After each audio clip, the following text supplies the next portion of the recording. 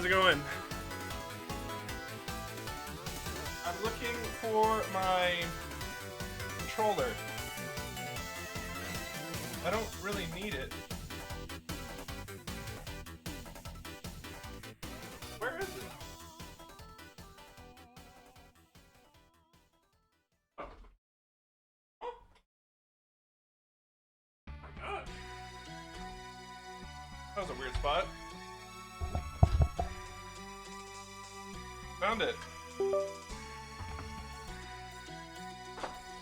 Oh! It was on the back of my chair.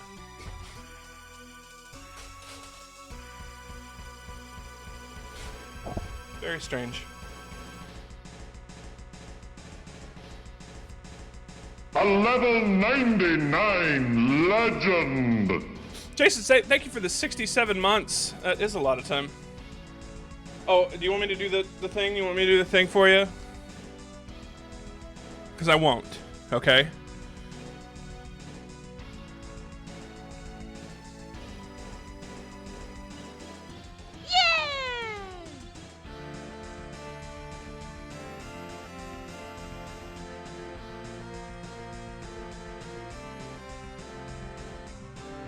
Right. All right. Excuse me.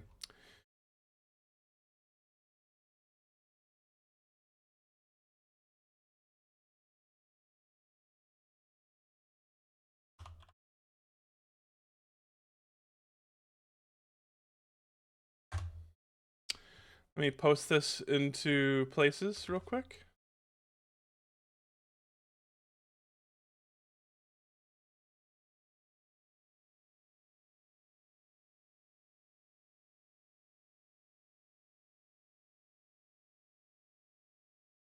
I think it's good. It's everywhere I would be leaving it. All right. You guys ready to play some Yakuza 7?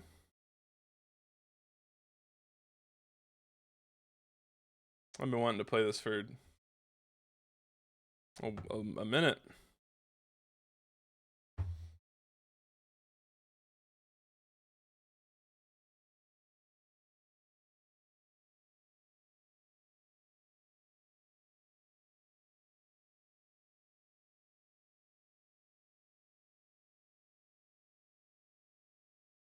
They do. I have one in my hand.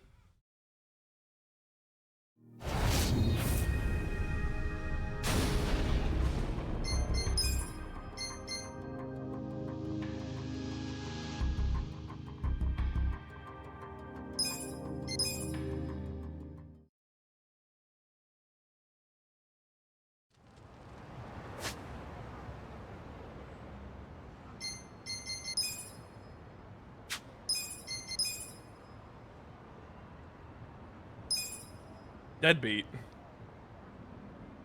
Relies on bare knuckles brawling and Kasuga's pro wrestling moves to knock enemies senseless. A high offense job that allows Kasuga to learn terrain-based skills. Fights wielding umbrellas and canes, capable of learning homeless tricks of the trade like fire-breathing, pigeon control, and smelly breath.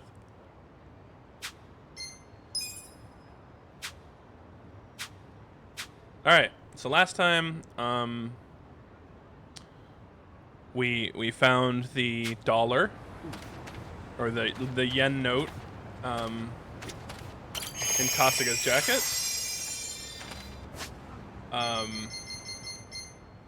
The counterfeit, like 1,000 yen note or something. And now we are heading to go get a job. All right, let's go. Your party members want to chat sometimes, okay?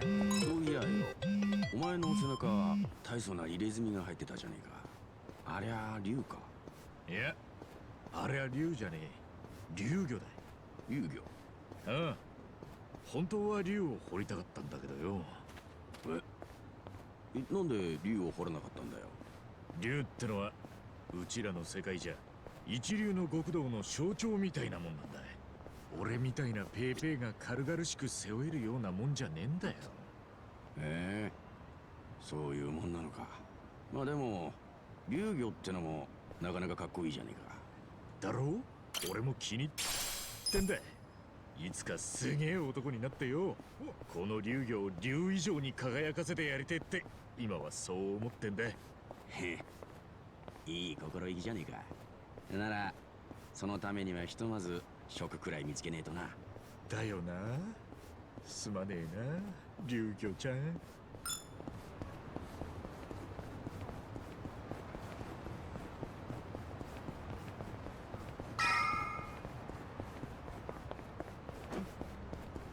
This is where you can get new classes.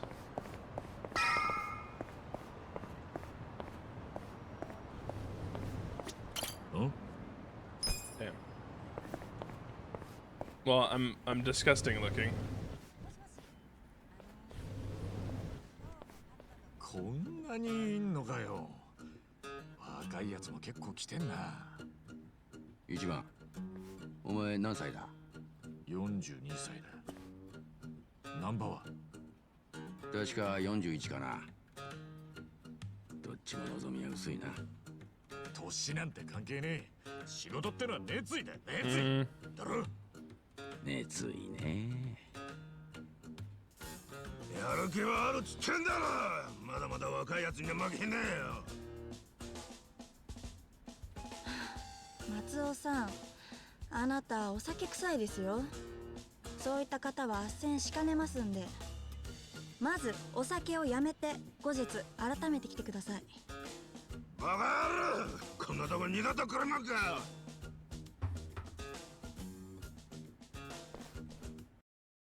One sec.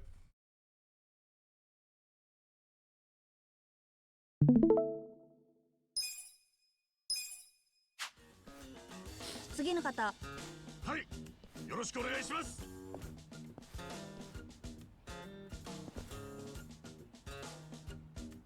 現住所が空欄ですが。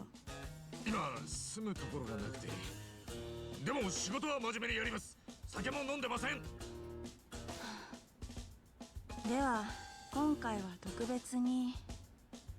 もう決定か？ご実家の住所を書いといてください。え、なんだ。あ、でもその実家もないんすよ。ああ、いわゆる路上生活ということですね。では自立支援センターの方へ行ってください。なんすかこれ？健康診断や技能講習を受けられますんで。いや、俺が紹介してほしいのはこういうのじゃなくて仕事なんすよ。現状では斡旋しかねます。規則ですので。お願いしますよ。俺頑張りますんで。無理なものは無理です。規則ですので。はい、次の方。ちょっと待ってくれよ。もう少し話しよう。おい、さっさとどけよ。Damn. どうだ熱意は伝わったか。いや、全くダメだ。だよな。俺も門前払いだ。捨てる神はいても拾う神はいないってことさ。まったくその通りよ。どうだい、見捨てられたもん同士、その辺で仲良く飲まねえか。お前と一緒に住んじゃねえよ。ホームレスの分際で透けしやがって。こんなんだったら魚でも釣りに行ってる方がマシだったぜ。とんだ無駄足だ。腐るなよ。他に方法がある。諦めちゃダメだ。あんたたち仕事探しに来たのかい？ああ。だけどホームレスには斡旋できねえとよ。それは難儀だね。でもそれじゃ困るだろう。そりゃ参ってるさ。でも仕方ねえよ。でも見たところあんたたち根は悪い人間じゃなさそうだな。お世辞なんていらねえよ。でもありがとうよ。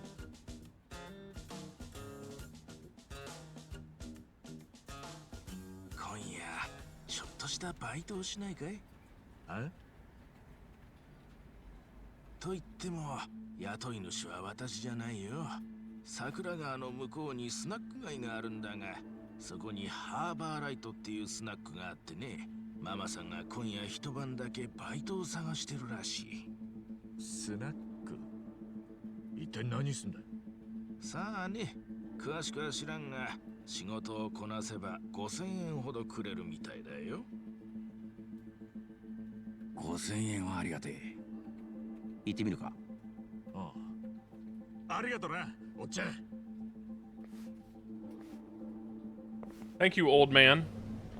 ちょっとこんなところで斡旋しないでくださいよ。何のことだ？見てましたからね。規則違反ですよ。まあまあ、規則や法律の中だけでは救えない人間もいるんだよ。これくらいは許されることさ。はあ、いっつも勝手なんですから所長は。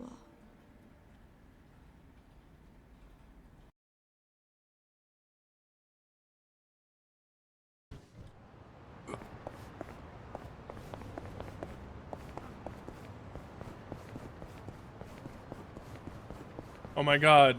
Villains. Do you think they're gonna want my tenacious fist? いいじゃん、財布を。手加減しねえぜ。ほい来た。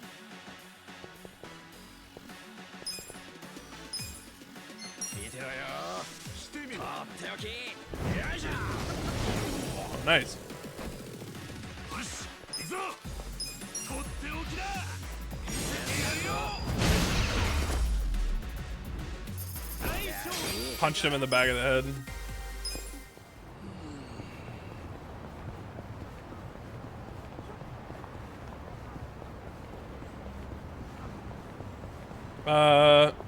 You know what, Jason? Are there any, like, non-sad facts about America? That's my first question.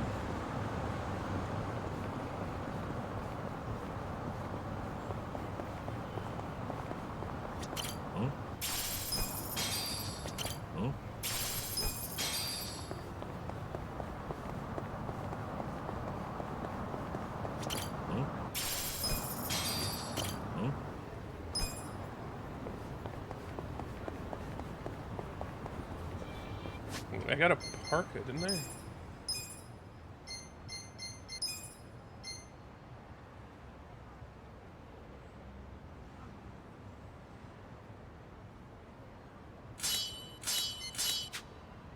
No, Nanba needs that, doesn't he?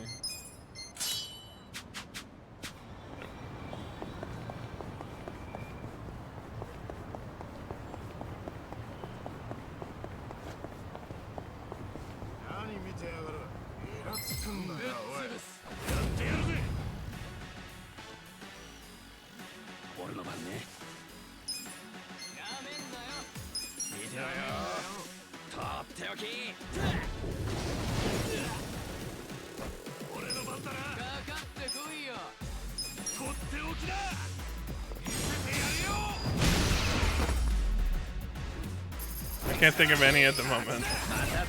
Exactly, that's what I'm saying. But go ahead, Jason. What's a sad fact about America?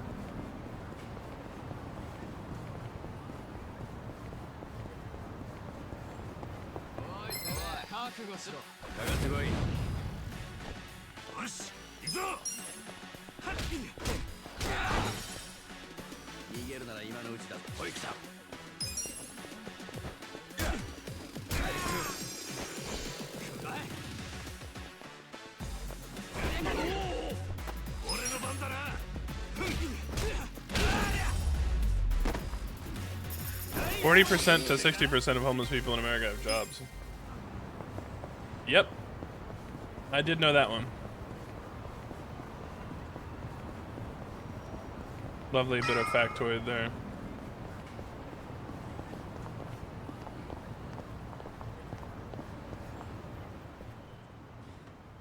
Chips.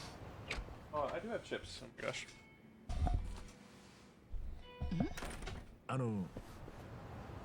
ハハローワークのおっちゃんに紹介されてきたんですけど。ハローワーク？私が頼んでおいたのさ。ハロワの神戸に用心棒よこせってね。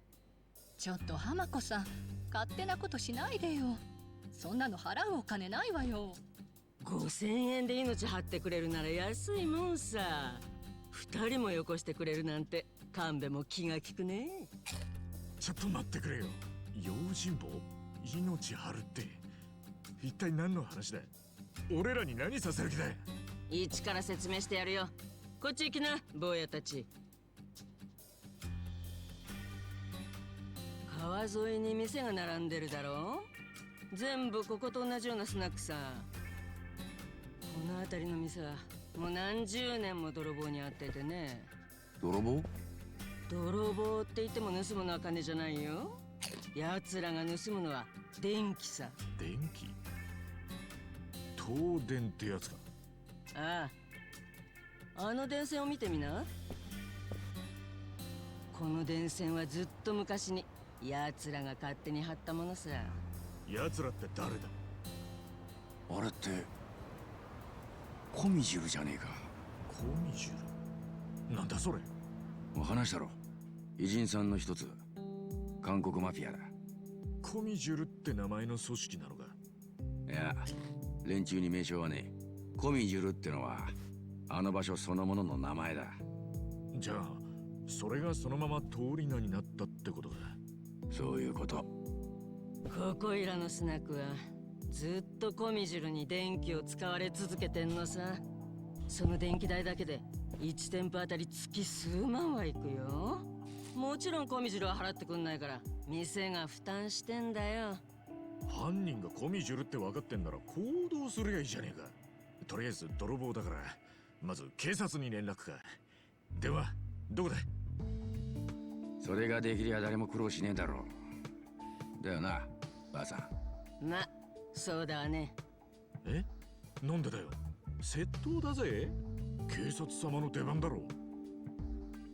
警察は取り合わねえよ。コミジュルのアジトに行くなんてやべえことするはずが。やべえこと？どれくらいやべえこと？生きて帰ることはまず待って。大げさじゃねえ。コミジュルに近づく人間はヤクザ、マフィア、警察、墓場みたいなところだぞ。南波さんは知り合いいねえのか？コミジュル。ねえよ。そっか。じゃあコミジルから。あそこから一歩でも外に出たら誰が誰だかわからねえ。コミジルの連中ってのはなるほど。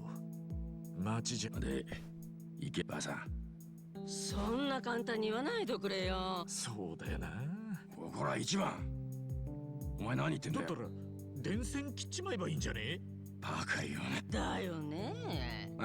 おい、何してんだよババ。すみません。ママはね、そんなことしたらどんな仕返しをされるかわかんない。今までもずっとこの繰り返しで、ついに昨日、堪忍袋の尾が切れてブチッとやっちまったのさ。年のせいにすんじゃねえ。そこんとこはふざけん。そんでやったのは今日ママが出勤したらこんなもんが店に放り込まれててな。 What's a cinder block? 今夜中に電線を直せってことだ。そうね。相手は連中の言ってることが脅しじゃなけりゃ来るかもしんないねって。あのな、ばあさんが自分の大事な店、さすがに自分の店？ママのことを思って用心棒。ああ？俺はコミジュルと関わり合うのなんて絶対にごめんなさい。そうかい？嫌ならお帰り。腰の抜けたボディが。ああ、そうかい。すみませんでした。あんた電線をまた引き直し、それでも揉めたら誰かにお金を借りて。そんなのやめときな。あたしゃ納得いかない。うるせえババア。そもそもてめえのせいだろ。ばあさんの言う通りだ。納得いかねえな。あ？泥棒された上、その泥棒にまた金払うなんてありえねえ。バイト代は5000円だったな。ああ、それが構わねえ。マジかよ。仕事を選べる立場じゃねえんだ。 Damn. 人助けして金までもらえるなら願ったり叶ったりさ。いいこと言うじゃないか。あんたはちょっと違うと思ったよ。誰かさんと違って。 No, the government won't come out here. このババ本当にいいんですか？ねえ、男に日本はねえ。俺たちで引き受けるぜ。ちょい待ち。俺たち？俺も入ってんのか？ Like they said, やる気のねえやつ the は Korean mafia is the one who's put those power lines out. If they were to get disconnected, it wouldn't affect the government. やれよ。 And the government doesn't come out here for another reason too. よし、話は決まったね。心強い用心棒が2人もいるんだ。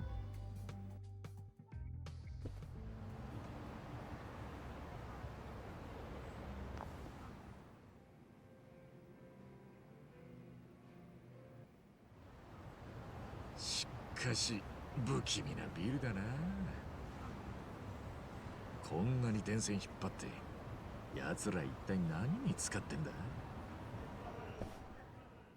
俺が知るはずねえだろ。飲みすぎだぜ、難波。たった5000円ポッチで命かけろって言われてんだぞ。そう言うなよ。死ぬと決まったわけじゃねえ。でもよ、おかしいと思わねえか？コミジュルってのはあの建物の中に閉じこもったままで何十年もそうだ。客のいるスナックにわざわざ乗り込ん。じゃあこのメッセージは？俺はそう睨んでるぜ。それはコミジュルも分かっ。こんなもん投げ入れられたら蓋から石ころ投げて脅して送電戻すの待ってるんだ。もし確認しに来て。それはお前。俺たちはずっと戻さない。今はそれで済んでも。だからよ、一番もうこれは脅しだけだっつって。聞こえてるよ。たく。ん？どうした？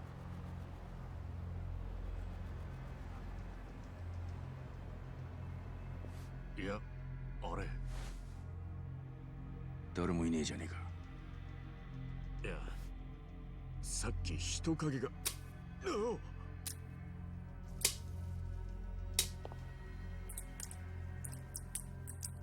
Oh, popcorn. ポップコーンかよ。ビビらせやがって。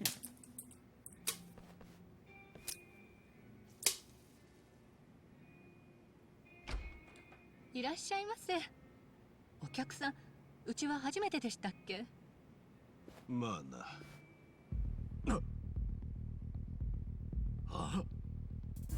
あの男、ハローワークにいたやつだ。本当だ。あの野郎、無職のくせに飲み屋なんか来やがって。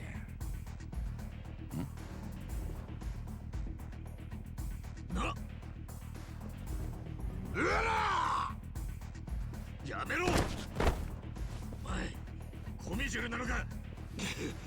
おい、待て！ All right, here we go.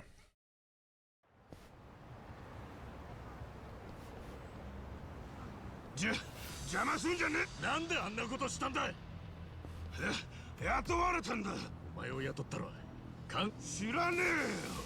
これ店をぶっ壊せば邪魔するってんなら。手加減しねえぜ。よし、行くぞ。とっておきだ。見せてやるよ。 Damn! よっしゃ、勝ちだ。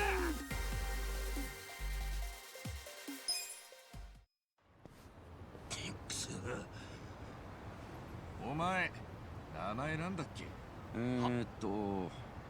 そうだ、松尾だ。うるせえ。あのな、お前、店を襲った。おもちゃ悪いか。お前、なんだよ。まあ、身に覚えがあるっていう。でもあいつらはな、公園です。そうかよ。お前に声かけてきたらどんなやつだった？顔は見たんだろ？さあな、覚えてねえよ。てめえ、ちゃんと答えろ。やめろ、難波。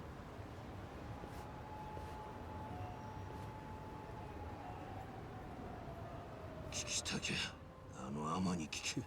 アマ？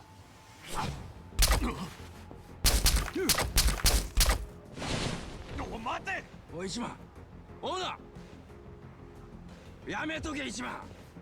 あそこに入ったやつは生きて帰れねえんだぞ。あいつ笑ってやがった。あの野郎、コミジュルに雇われたんじゃなくて、あいつがコミジュルの。ああ、奴がコミジュルのメンバーかもな。なんだよ、どんどんやべえことになっちまってるじゃねえかよ。あいつアマって言ってたぞ。コミジュルに女がいいのか。そんなの知らねえよ。今そんなのどうでもいいだろ。一番見ろ。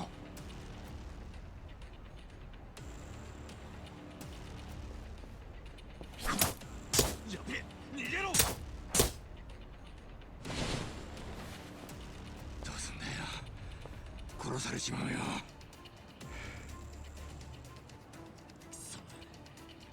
よし、一か八かだ。お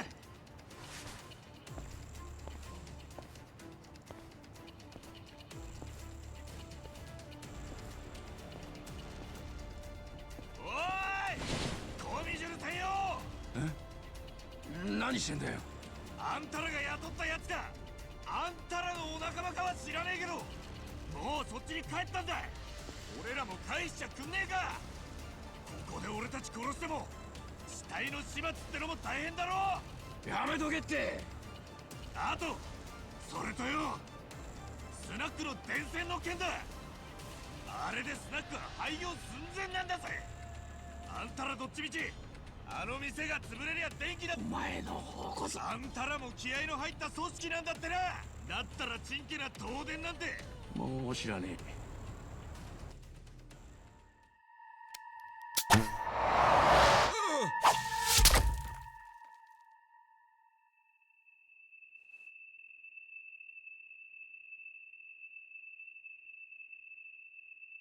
気が済んだか。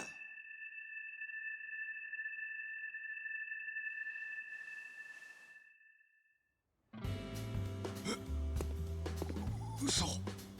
ありがとよ。そう来なくっちゃ。おい、帰ろうぜ。マジかよ。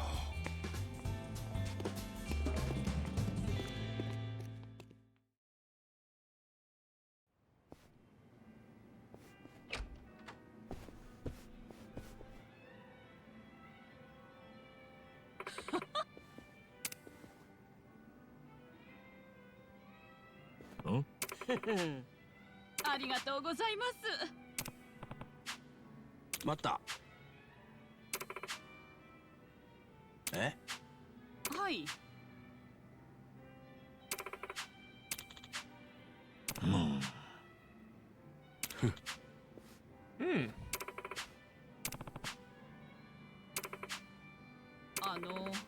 え？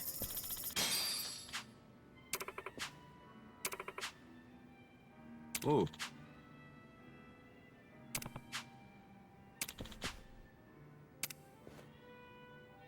ねなあ、え、違うって。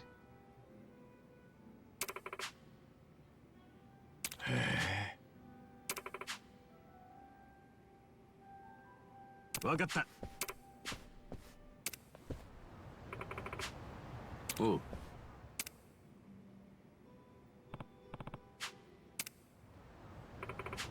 おう。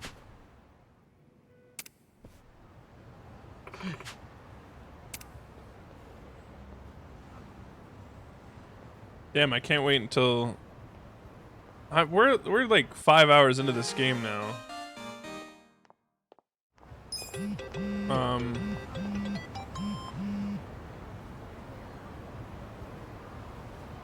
We're like 5 hours into this game. It really hasn't started yet, is the thing. Like, we're still in the tutorial. 俺の番だな。見せてやるよ。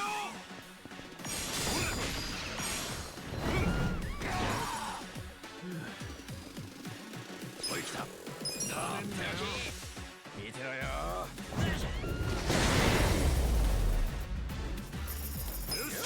勝ったな。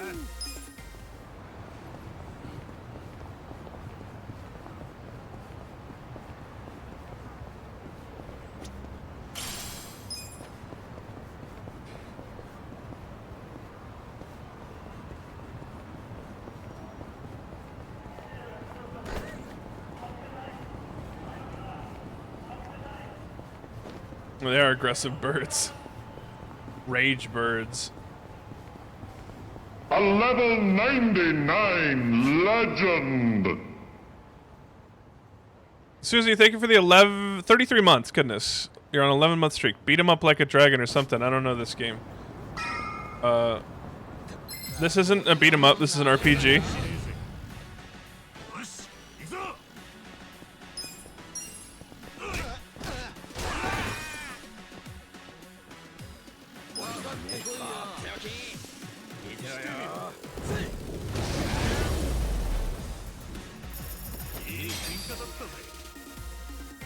I just beat up 2 homeless men for 10 cents, essentially.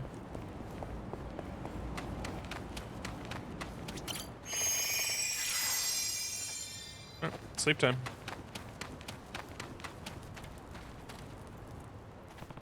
Well, we've got a job to do tomorrow. Make sure we don't oversleep. Ooh. Yeah, good night.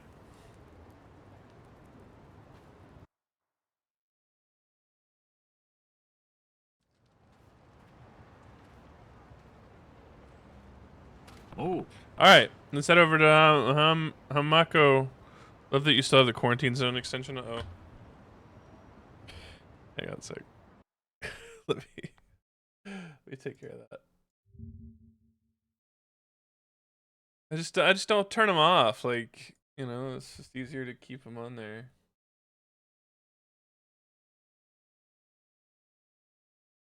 Where are my extensions?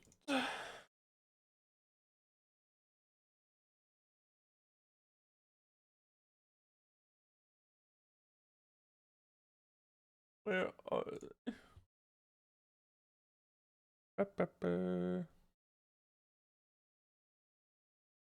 There we go.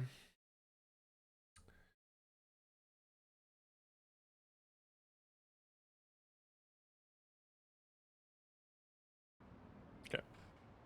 That's taken care of.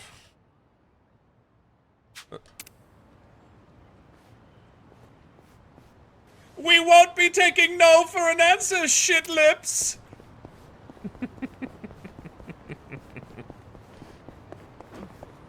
That was me, shouting at some people in, what's that fucking... Sea of Thieves, goodness.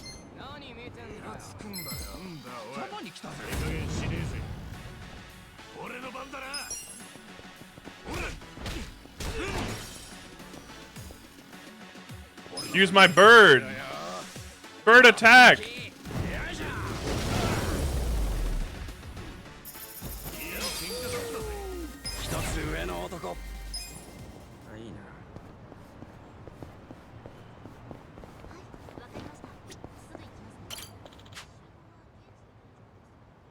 Can you get people in on it? Russ, we gotta play golf. Can you get people in on it? Huh? I don't know anybody. Huh? I don't have friends.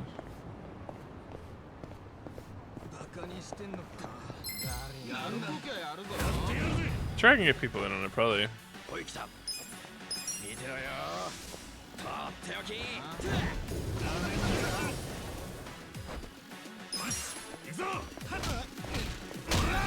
His name was Hungry Hungry Homeless.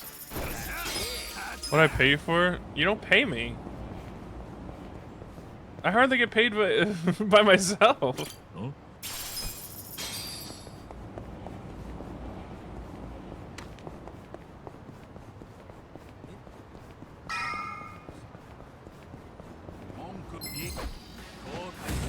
Threatening men! In subs? Oh. It's like getting pulled over by a cop and saying I pay your wages by paying my taxes.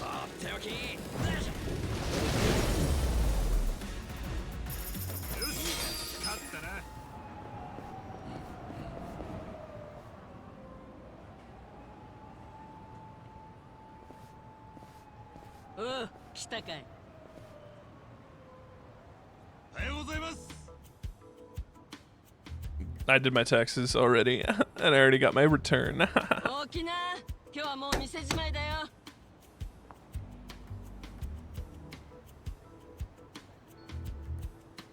No, this isn't a restaurant, by the way, everybody. い、上のみんなも一旦出てっておくれ。なんなのよ、こんな時間に。もう少し寝かせてよ、浜子さん。今から掃除が入るよ。みんな夕方まで出かけてな。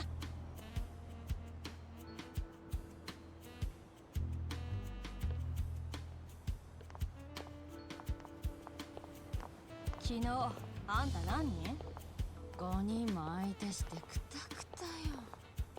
小料理やってこういうことか。まかないはなさそうだな。 New. Gotta clean up all the cum shit and piss. しけりすぎて埃も出ねえよ。おい一番、このティッシュ拾ってくれよ。てめえでやれよ、仕事だろ。仕事でも触りたくねえもんは触りたくねえんだよ。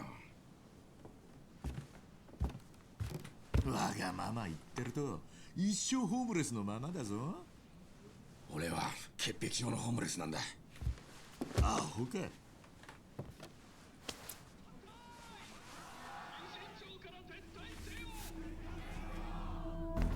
違法風俗反対。近隣町から撤退せよ。川沿いの飲食店経営者に次ぐ。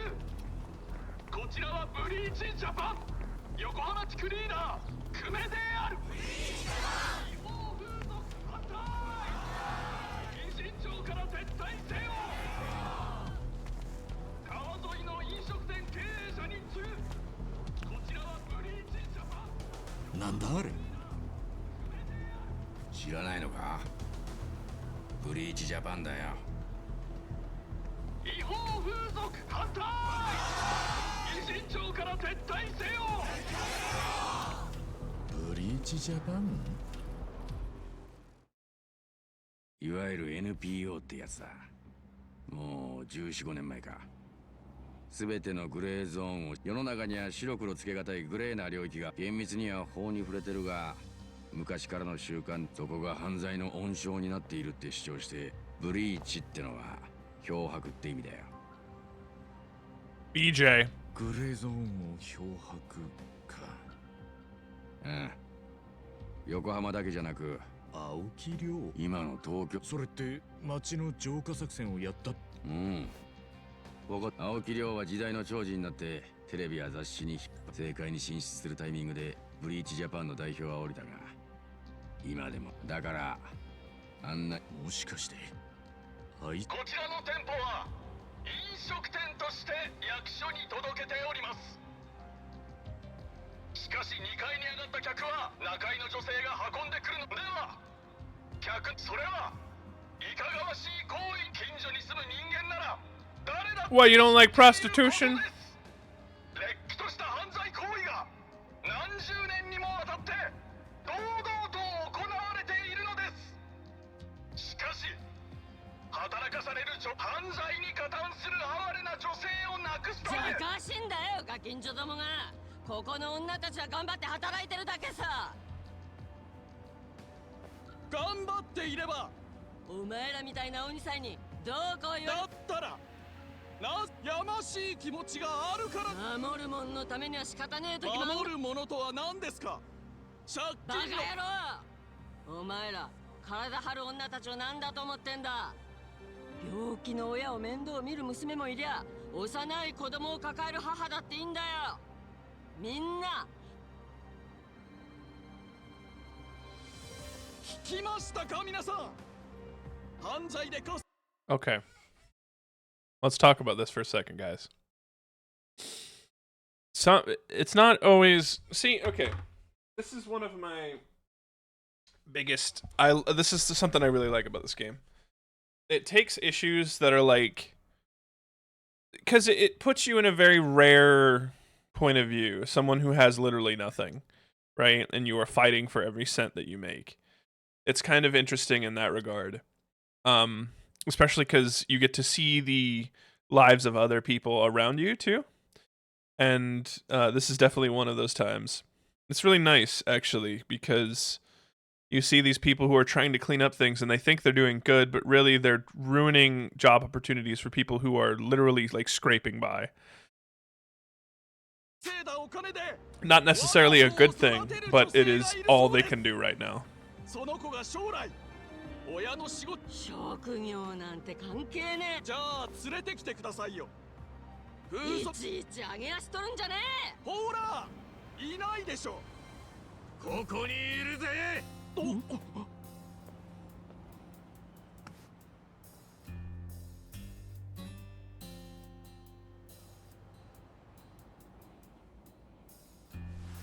2階のゴミ箱に入ってたいろんなものの詰め合わせだ。ばらまいてやっから受け取んな。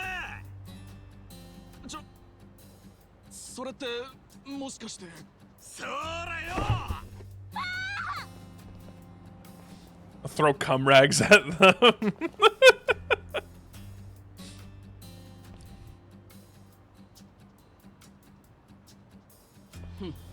なかなかやるじゃないか、一番。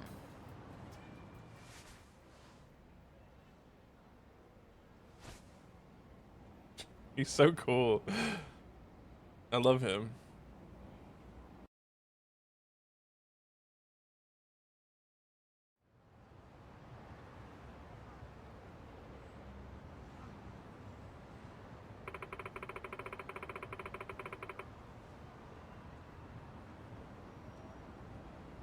It's been 2 or 3 years since Bleach Japan started protesting each.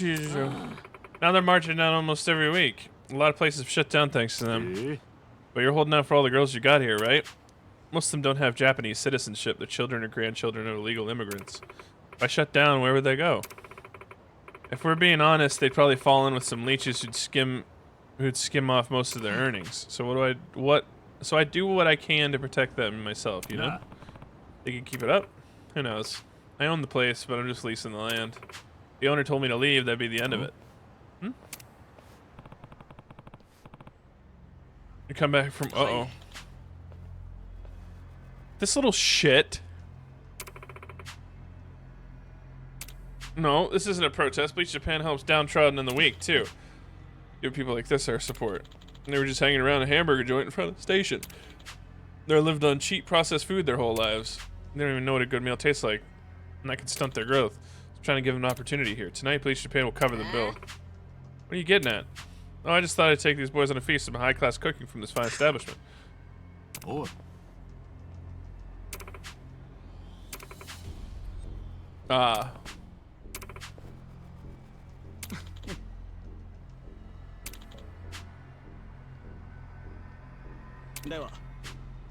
Looks like I'm gonna have to beat the shit out of these guys.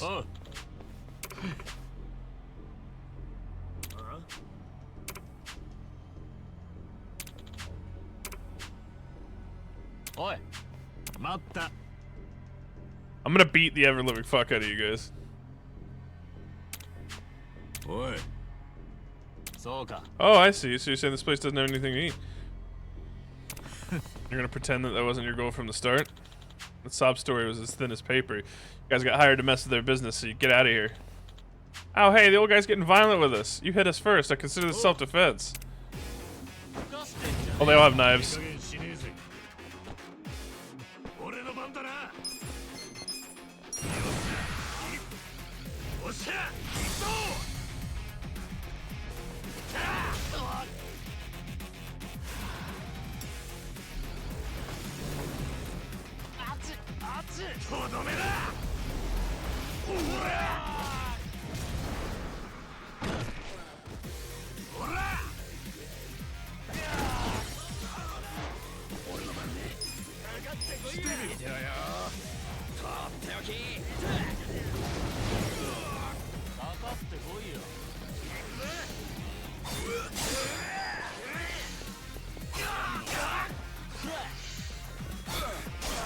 Fuck. There we go.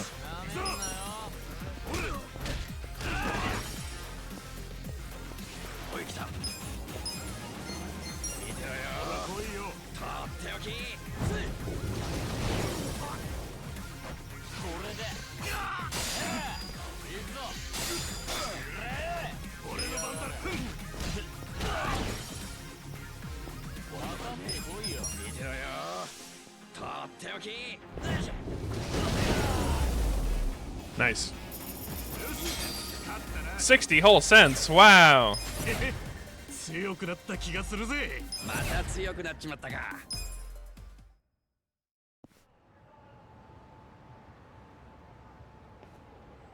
くそ、親父のくせに。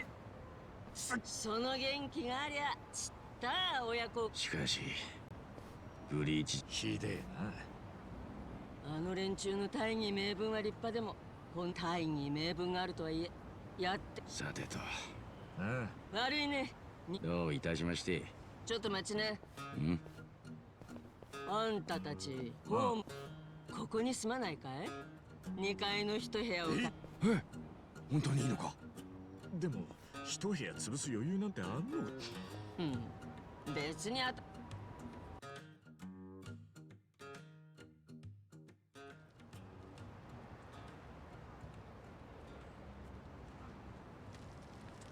Oh wow, my jacket's 部 clean. 屋を貸すと居住権ってもんが発生する。それが私の狙いってことよ。狙いって居住権ってのが俺らにあるとどうなるんだい？頭悪いね。あんたらはここに住む権利があるって法律的に主張できるのさ。 We're not gonna be homeless anymore. わからねえな。わざわざそんなことしろ。そうだよ。ここは単なる店舗だからね。そっか。なそれる。にここの土地と建物は代わりブリッジジャパンの連中がここのあたしらを立ち退かせようとする。確かにやりかねねえでも居住権ってのはそれさえありゃ土地と建物を所有してた。な。なるほどね。俺たちいや本当にすませて。店の子たちだと国籍がないから仕方なしさ。スナックの意見を見込んでこっち。わかった。住み込みの。その代わり途中リーチジャパンが偉人町から去るまでは。わかってるよ。 Very cool.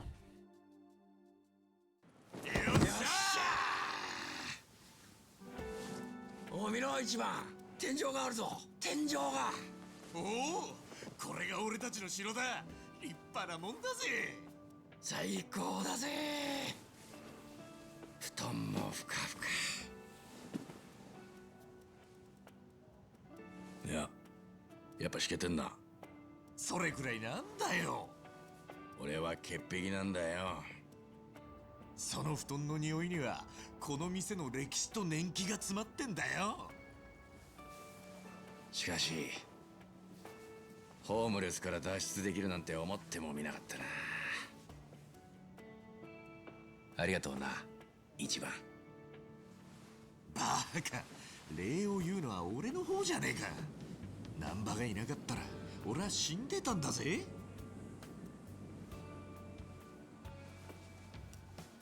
Oh, fucking なあ、難波って convenience store 彼女だったんだ sake. ろ？ Let's fucking go, gamers. まあな。I've had this exact brand before.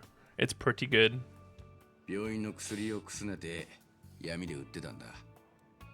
結構いい金になってよ。そのうち海外の医薬品まで仕入れるようになってな。手を広げすぎたらあっという間にバレちまった。まあおかげで看護師免許は剥奪されちまった。だよそれ。またバカなことやっちまったな。後悔してるよ。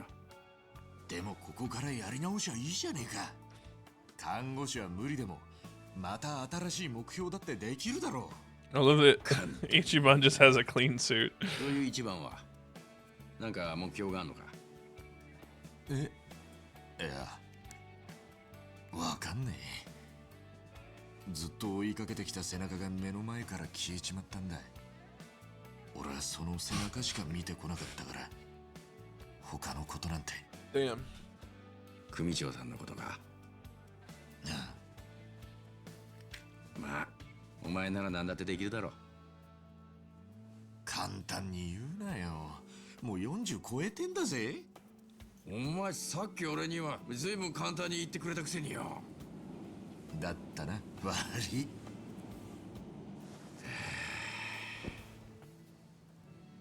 目標か。一番よ、お前子供の頃何になりたかった？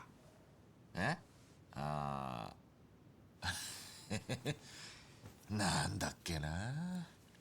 もったいぶるなよ。照れてんのか？ガキの頃、俺は勇者になりたかったな。あ？勇者？どういうこと？ドラクエに出てくんだろ、あの勇者だよ。それゲームのキャラだろ。He's a game あ character. りえねえよ。悪いかよ。いや、まあそんなの自由だろ。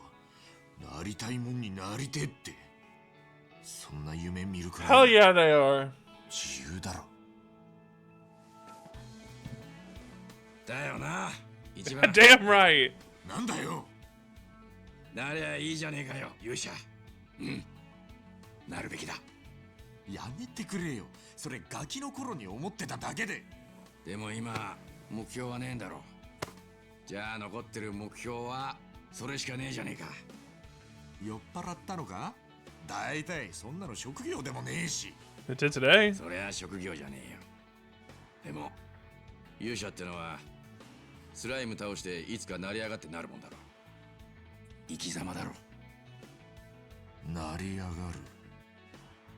生き This is stupid. I'll fully admit, but this is to me very inspiring for some reason. I love this part. か。そうさ。お前なら今からだって成り上がれるぜ。40過ぎて成り上がりか。 Grinding at age 40, eh? 悪くねえな。成り上がりって生き様。一丁ドーンとかましてみっか。おお、その息だ一番。俺たちの輝かしい未来に乾杯だ。うん、未来の勇者にな。乾杯。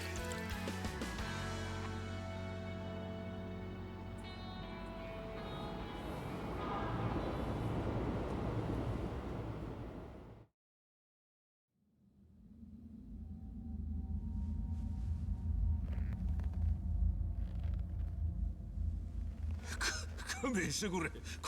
今度はあの店必ずぶっ潰すから。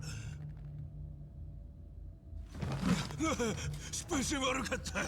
金だってもういらねえから、もう一回チャンスを。あの邪魔した二人は俺が必ず始末する。あのままじゃあんたらも困るだろう。네가 걱정할 필요는 없어. 가게에는 전화해두었다. 나머지는 우리가 알아서 처리하지. なんて言ったんだ。お前のようなクズを雇ったのが間違いだった。죽어라. Holy fuck. Oh wow.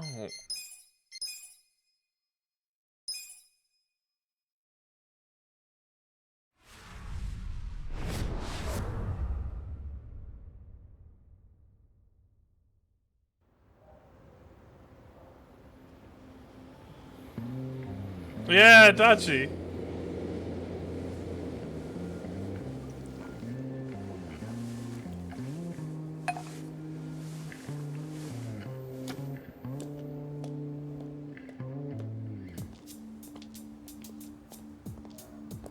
Minnaお疲れさん。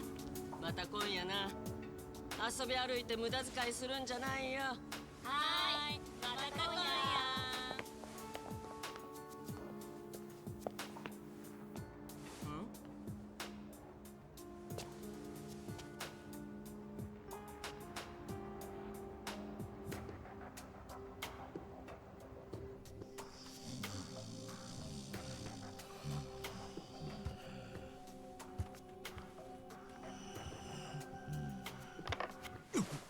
誰だてめえ。なんだ、泥棒か。俺だよ、俺。あたちさん。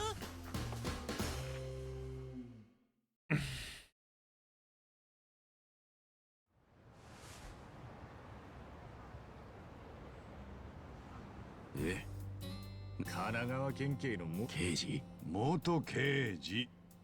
直近じゃ免許センターの。でもよくここが分かったな。大丈夫。いや、そう。あとちょっとで夢の満額退職金だったのにな。あっさり懲戒免職だ。じゃああんたはたった春日には俺からそうだよ。だったら来る前に連絡つかなかったな。そっち。まあ撃たれた挙句ホームレスやってたんじゃスマホの充電もできなかった。俺の体より携帯のスマホが切れてたからお前の居所が分かんなかった。GPS だよ。なんだよ、感情悪いな。スマホは人工衛星使ってそいつでこの人がお前の居場所を突き止めたってことよ。今ので分かったか？いや、多分ね。それより足立さん、警察クビになったってのは。カムロ町での建造物侵入、傷害、公務執行妨害。いや、起訴されねえだけありがたく思えとさ。それ当たり前じゃねえか。なんでまたそんなこと。あんた春日がカムロ。聞いてるよ。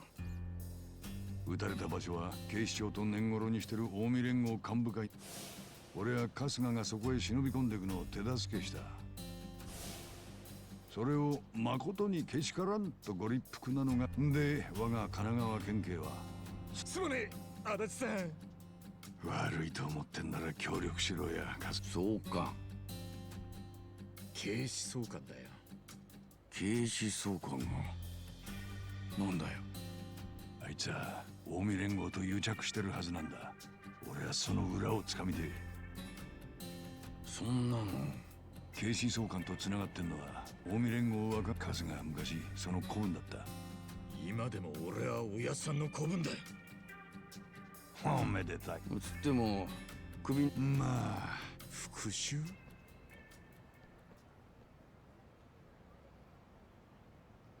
話は20年前、資産家の老夫婦が強盗に Although the couple got murdered by a burglar, the suspect was an unemployed neighbor with priors, a guy named Kasumi that I arrested. Just before the trial, the witness claimed she'd come somewhere else at the time of the crime. Basically, he suddenly had an alibi, and ironically, I'm the one who found it. The boots on the ground knew the alibi was practically airtight, but the higher-ups weren't satisfied, so they kept the witnesses for questioning. They badgered the guy hard, and eventually he cracked and said he couldn't be sure. The Kawagawa police chief's orders, none of the police commissioners are true. Because he'd already been offered a new position in Tokyo PD, but if a suspect would be prosecuted and end up innocent, he'd have a scandal on his hands. Oh. Wouldn't have been mopping up, and the promotion would go up in smoke, so we resorted to witness intimidation. Okay, so they coerced somebody into admitting to a crime that they didn't commit. He justified it with some BS about how there'd be more evidence if he was really innocent. In the end, a guy the whole department knew was innocent got 17 years. Kasumi had a wife and kids when he hung himself in prison. Jesus Christ. Thank goodness because she knew out.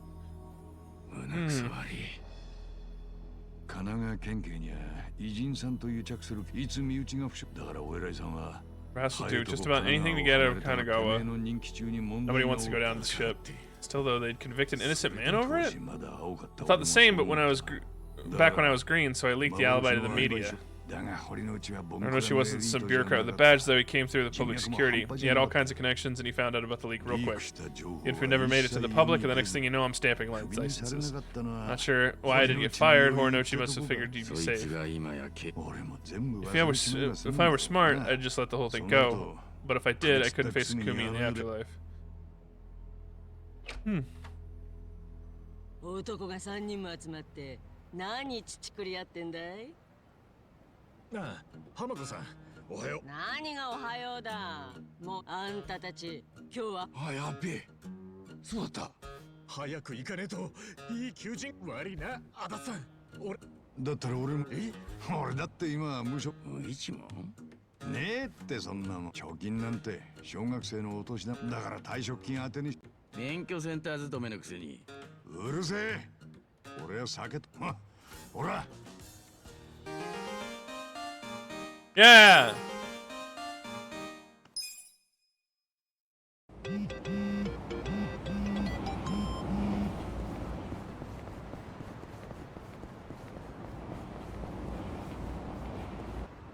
I gotta get the bat first.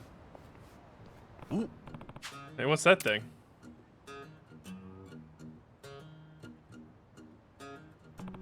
Something's stuck in the ground. I think it's a bat? Why the hell would there be a bat stuck in the ground? Who knows? Probably some kind of lame prank. I'll just...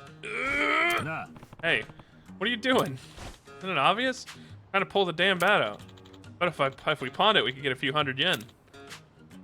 No dice? Yeah, it's really stuck in there.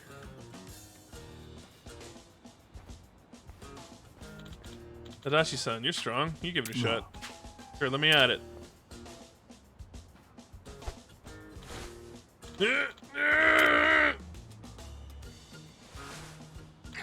Damn, won't budge. Must be pretty wedged in there if my guns get to it.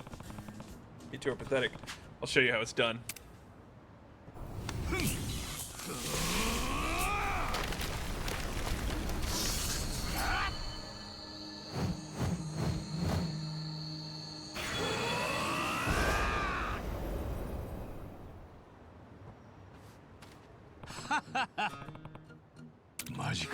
Damn, credit where it's due, I guess. Not only the chosen hero could pull it out. Oh, of course, I forgot we have a hero in our midst. Hero? Him? You know, in RPGs, there's always some holy sword that only the hero can pick up. Kasuga here has been on a quest to become a hero since he was a kid. I mean, kinda. Oh, well, that dirty old bat isn't exactly a holy sword. Leave it to reality to crush the fantasy. The holy sword of the hero. Ha! I'll be the savior of this world. You knuckleheads have done role-playing. Should we go find some damn jobs?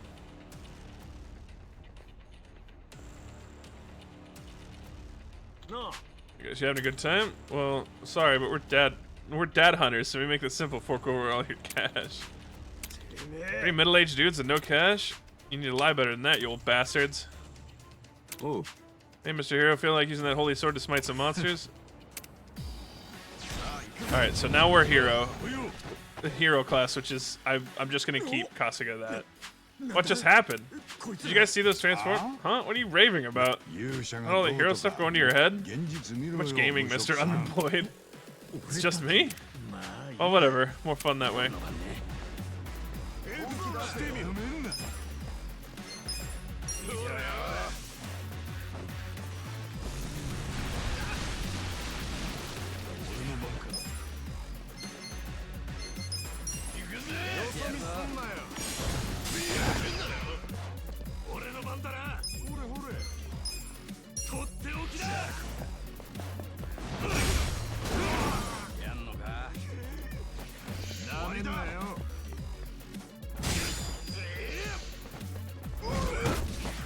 Oh yeah, shit's gonna start hitting really fucking hard now. We're officially out of the tutorial.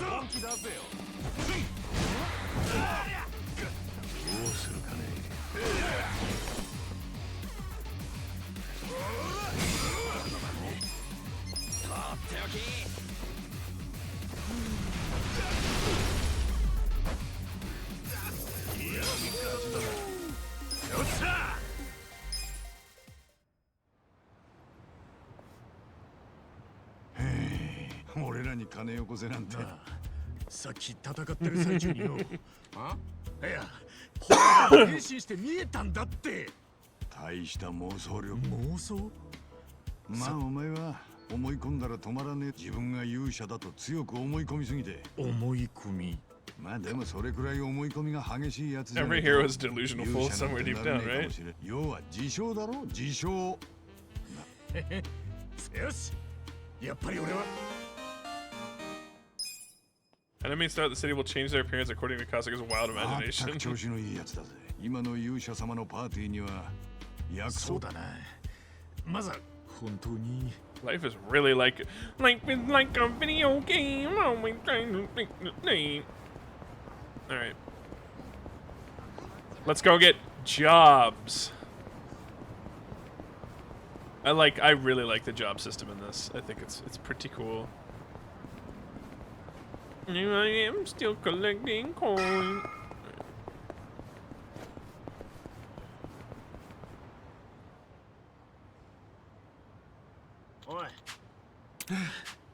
I'm fucked. Another day of no work. Same here. Damn it. Ow.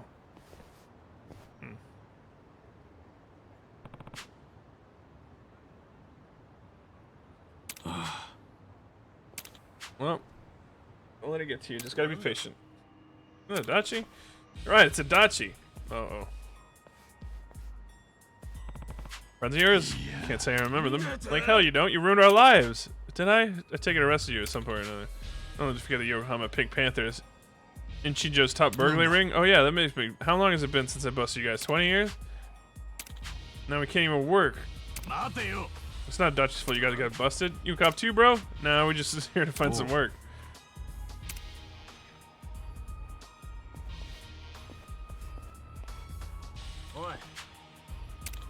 Guess I lost my job at the station. You quit? That means you can't arrest us anymore, right? No matter how many times we hit you. Uh-oh.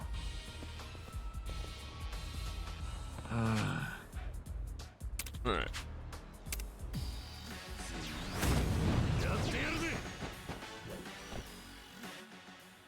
Auto battle can be selected. I don't want to do that.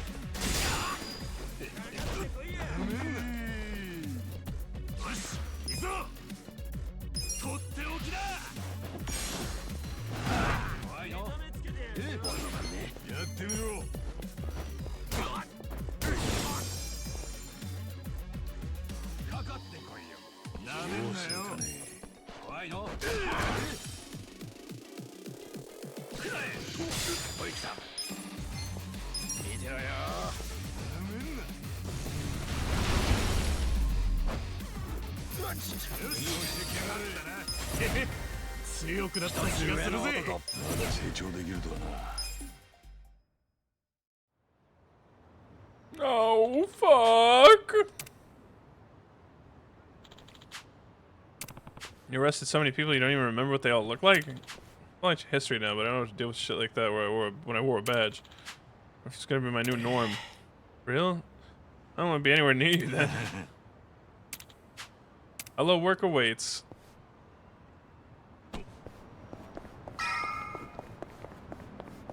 We have jobs this time. Oh.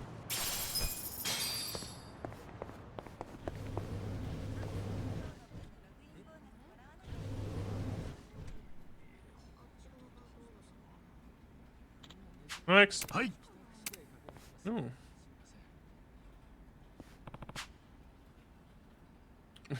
I'm 42 years old. I'm strong. I've got a home, and I need a job. No need for theatrics. Aren't you? Oh, aren't you that homeless guy I sent over to the bar as a side gig? You got a roof over your head now, huh? Oh, thanks to that job you helped us get. Glad to hear it. But why are you on that side now? What do you mean? This is my job.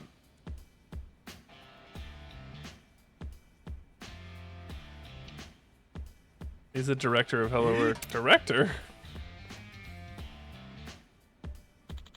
You're a director of this place?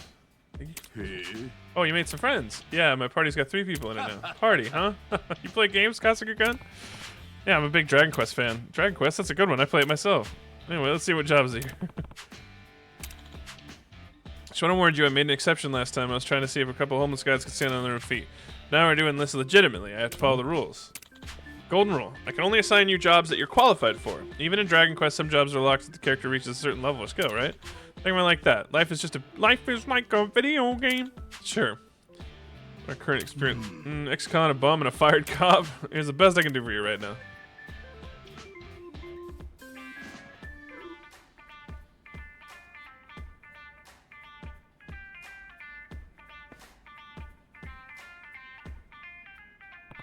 Special bathhouse? Oh. That was so planned. Hold on, maybe the best you can get these 2, but I've got years of service to lead on. According to your documentation, you've never been married? What's that got to do with anything? Tell me you've gone this long as a lonely single man without resorting to playing for it? Seems right up your alley. How dare you? I mean, it's not even that illegal. Anyway, what you boys need to do is build up some work history. I don't think this bathhouse gig is going to be a walk in the park. The owner there is a little eccentric. It's totally up to him if he takes you on board. Good luck. Yo. All right.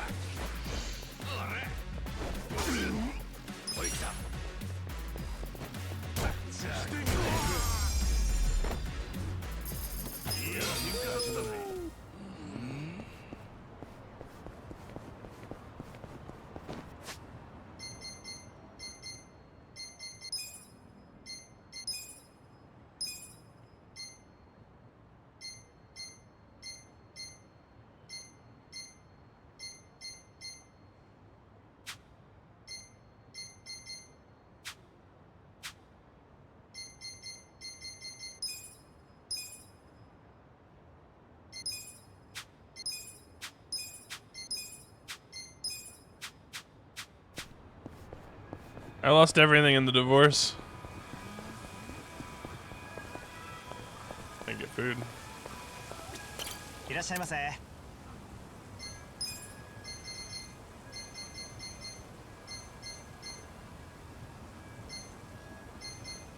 Jim Beam. That sounds delicious.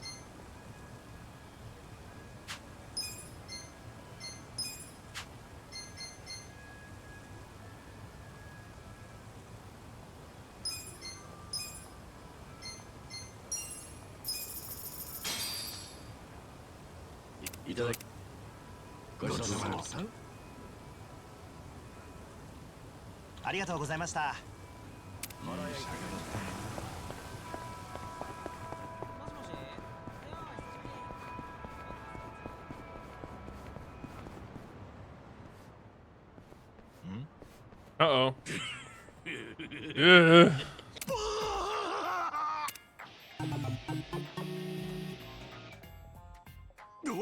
Jeez, what the hell's up with this guy?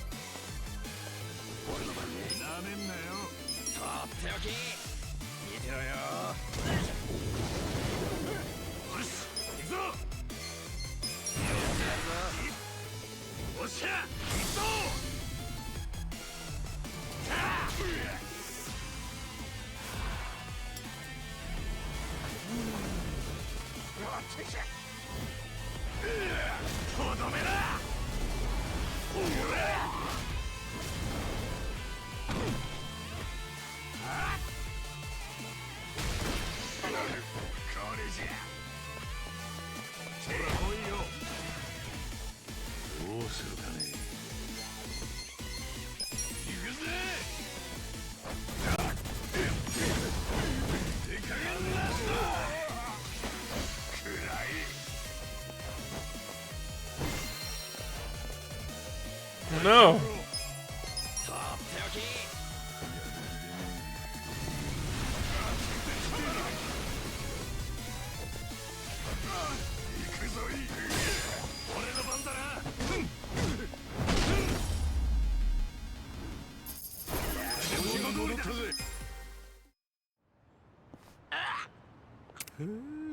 This is probably, I swear this city gets uglier and uglier every step.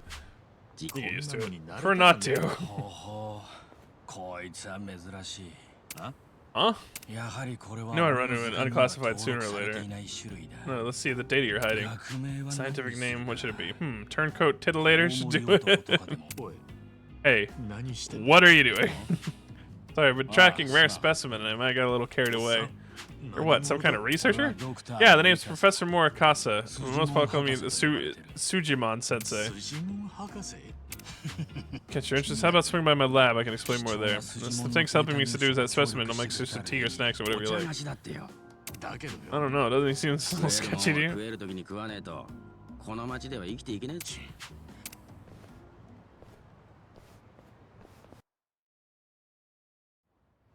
This place I call the Suijimon Center. It's a fully functional research lab. Looks like a random office. 筋門について聞きたいんだったな。説明してやろう。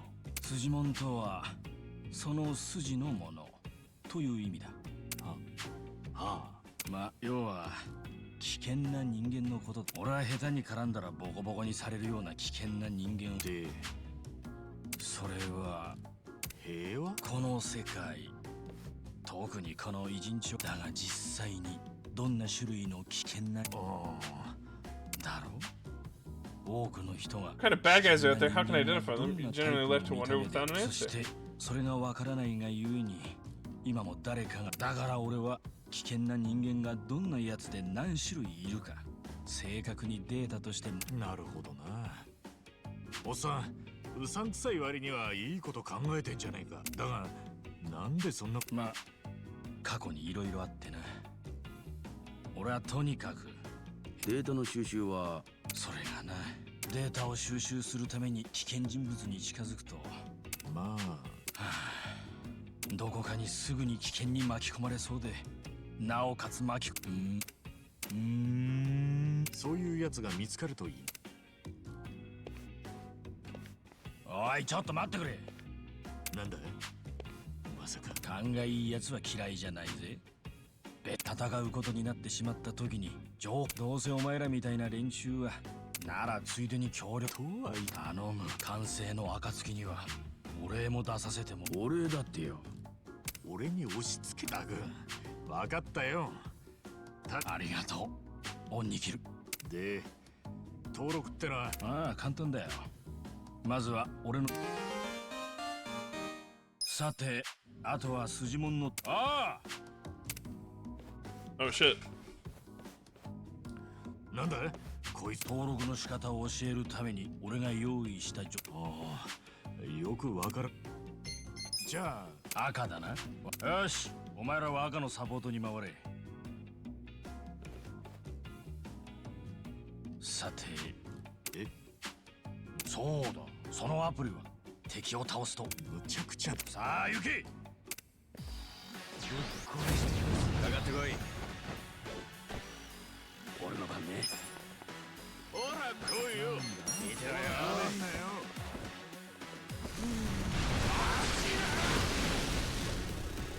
ザコがやんのか。見せてやるよ。してみろ。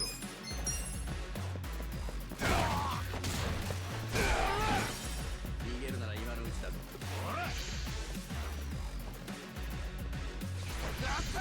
やってみろ。ほら来いよ。おい来た。なんだとっておき見てろよ。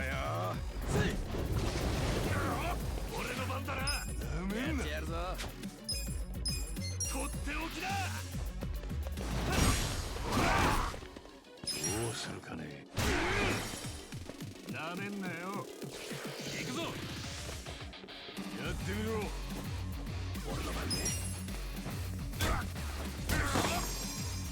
よし行くぞ。逃げるなら今のうちだ。俺の番か。ほら来いよ。やってやろう。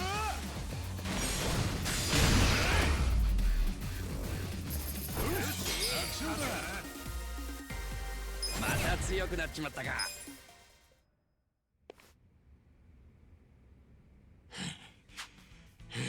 見事だ。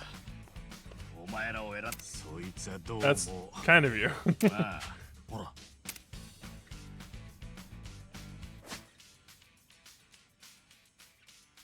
Weakness to water, weakness to lightning, and physical.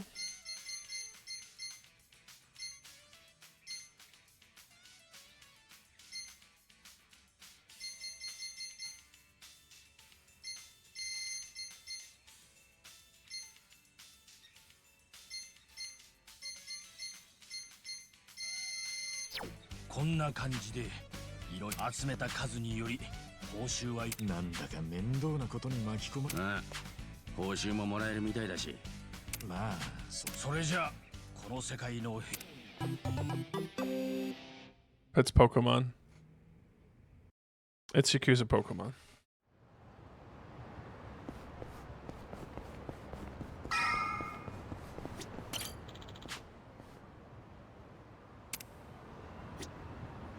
Alright.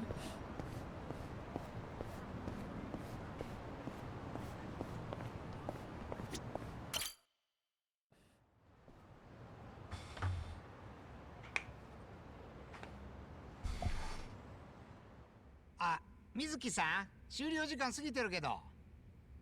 うん。さっさと清掃して売り上げの生産よろしくね。はい、フロント。お湯の出が悪い？お客さん変わるたびに風呂のお湯入れ替えないで使ってよ。え？汚い？入浴剤とかでごまかしてよ。うん、洗面台の奥にあるやつ。はい。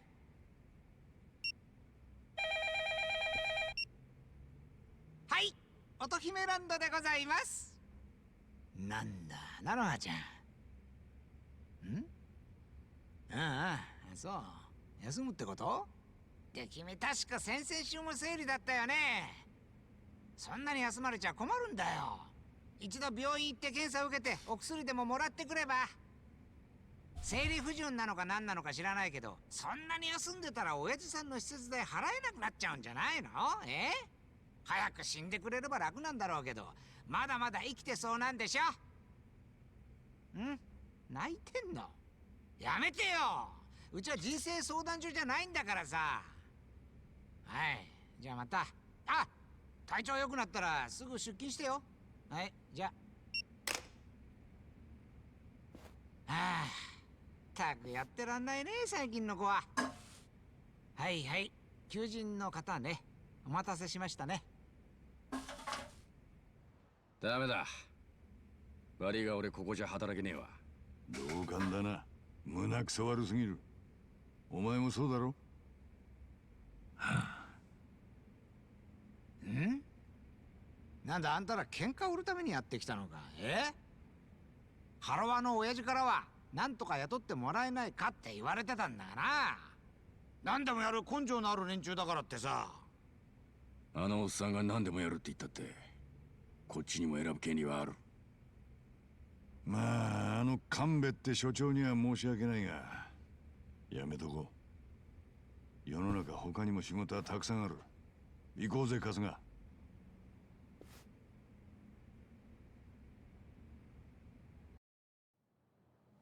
おい一番、何やってんだ。早く行こうぜ。さっきの電話聞いてただろう。俺もいろんな風俗店にガサで入ったり、客として通ったりしてきたが、こいつはクズ中のクズだ。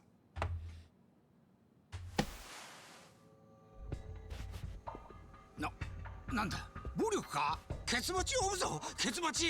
うちのケツ持ちは清流会だ。泣く子も黙る横浜清流会だ。それでもいいのか？ここは清流会の島だったか。厄介なことになりそうだな。おい春日、さっさとずらがるぞ。おい、なんだお前、本当に清流会呼ぶぞ。それでもいいの？働かせてくださいや、店長。何言ってんだお前。見た感じ、店員さんが誰もいなくてお困りなんでしょ？こう見えても俺16年くらいこの業界にいたんでね、何でもやりますよ。なんなら街でキャストのスカウトもやります。どうでしょう？とは言っても他の方たちが。日本風俗反対！委員長から撤退せよ！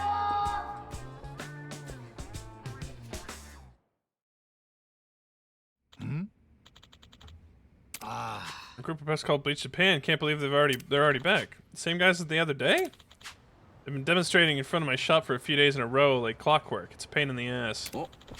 They're specifically targeting you with these protests? We're the last place in the area that's open about being a bathhouse. The others have all rebranded as men's salons or bubble massages. Makes it harder for Bleach Japan to build a case against them. They come after us since we're still open about being a soap land. They think they can close me down, they'll start Shockwave and clean out the rest of the area. Am I lucky or what? No. And the Yakuza won't protect you? Tried complaining to the Siryu clan once. They had some lame excuse and they showed up after everything had quieted down. Besides, Bleach Japan ranks are filled with the types who read up on anti-Yakuza laws for the fun of it. Those kinds of people are tough for even the Yakuza to deal with. That's the Yakuza for you. If I can't go with the Yakuza and I can't go with the police, who do I turn to? Even my employees are quitting to avoid being harassed. I'm at the end of my rope. So that's why you're understaffed. But basically, you're saying that as long as the girls stick around, you can run your business? That said, between Bleach Japan and the way you treat them, I wouldn't count on them sticking around either. You don't get it at all. Girls who come here to work already have their backs against the wall. Girls who work here are all Japanese, but they're in the same situations as an immigrant who came here to get away from whatever it may be. Losing a job like this may as well be a deportation. They've got nowhere to go back to or rely on. I always figured it was the money that brought the girls into this kind of work. Of course, a lot of people get tempted to the side of the thing because it sounds lucrative. Those are the types who think they'll strike it rich without doing any real work. As soon as things take a turn for the worse, they run for the hills. That's why I only hire women so far out on the ledge that they can't afford to take another step back. I'm like that, work like their life depends on it, and that's what keeps my business stable. Boy. Stable my ass. You're just taking advantage of women at their lowest. You're scum of the earth. Say what you will, but lust weighs on the soul just as heavy as hunger, if not more so. Except with lust, you can't just satiate it at your local deli. You have to hold out until you find an outlet. So as long as women are willing to be on the menu, men are going to place orders. That's the world we live in. Fucked up. Nah. Whatever. If we drive that guy off, will you hire us or not? Boy. Everything the Slimeball just said, you still want to work here? There's nothing like Hamako. The world would be better off if we let Bleach Japan take him down. Shut up. It's work, and I can't afford to turn that down. I'll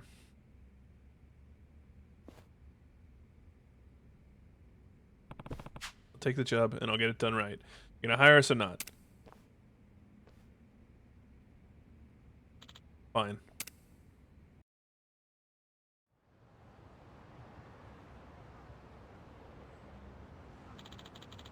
Prostitution is illegal in Japan, yet this establishment is flaunting it in broad daylight. You? Working hard as ever, huh? You guys? From the other day? Why are you here? Oh, as of today, we're employees. Employees, huh?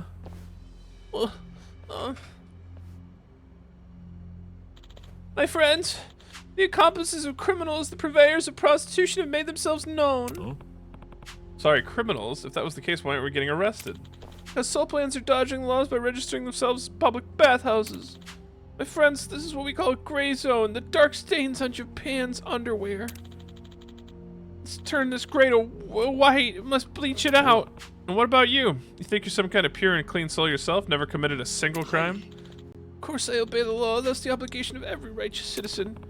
So you've never even, like, taken a whiz outside? That's technically a crime, you know. Yeah. Never once. Not in my life. Seriously? What about speeding? Everyone's gone over the speed limit because they were running late. Nope, not a single time. You liar. It's illegal to go even one kilometer over the speed limit. You have to have done that. Afraid not. If you doubt me, they'll prove it. Prove I've committed these crimes. Okay. So what about what you're doing right now? All these people blocking the road has got to be some kind of crime, doesn't it? You're so ignorant, it's funny. We have permits from the Kawaga police for this demonstration. Yeah. Permit to march on a public road. Do you get it now? The police have been magnanimous enough to let us use the road for our cause. But where you're standing right now isn't technically the road. That's the soapland.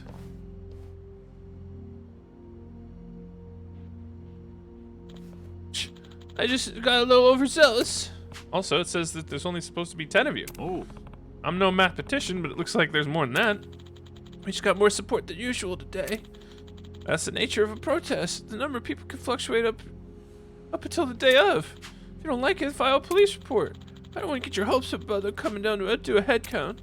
Difference between 10 and 15 people isn't worth their time. It's certainly not causing any trouble. You're on the right track, Kazuga. In that case, I've got a warning for you. The legal definition of a march means you're not allowed to stop moving. You stop and start giving speeches, that's obstructing traffic. Your rights to use this road was predicated on you performing a march. So the fact that you're stopped here is pretty clear violation. Even if that's technically true, every protest stops to give speeches. Most police are fine with that. You know what you call that? A gray zone. Relying on a gray area to criticize a gray zone? Man, that's irony. My friends, let's keep going. We're marching.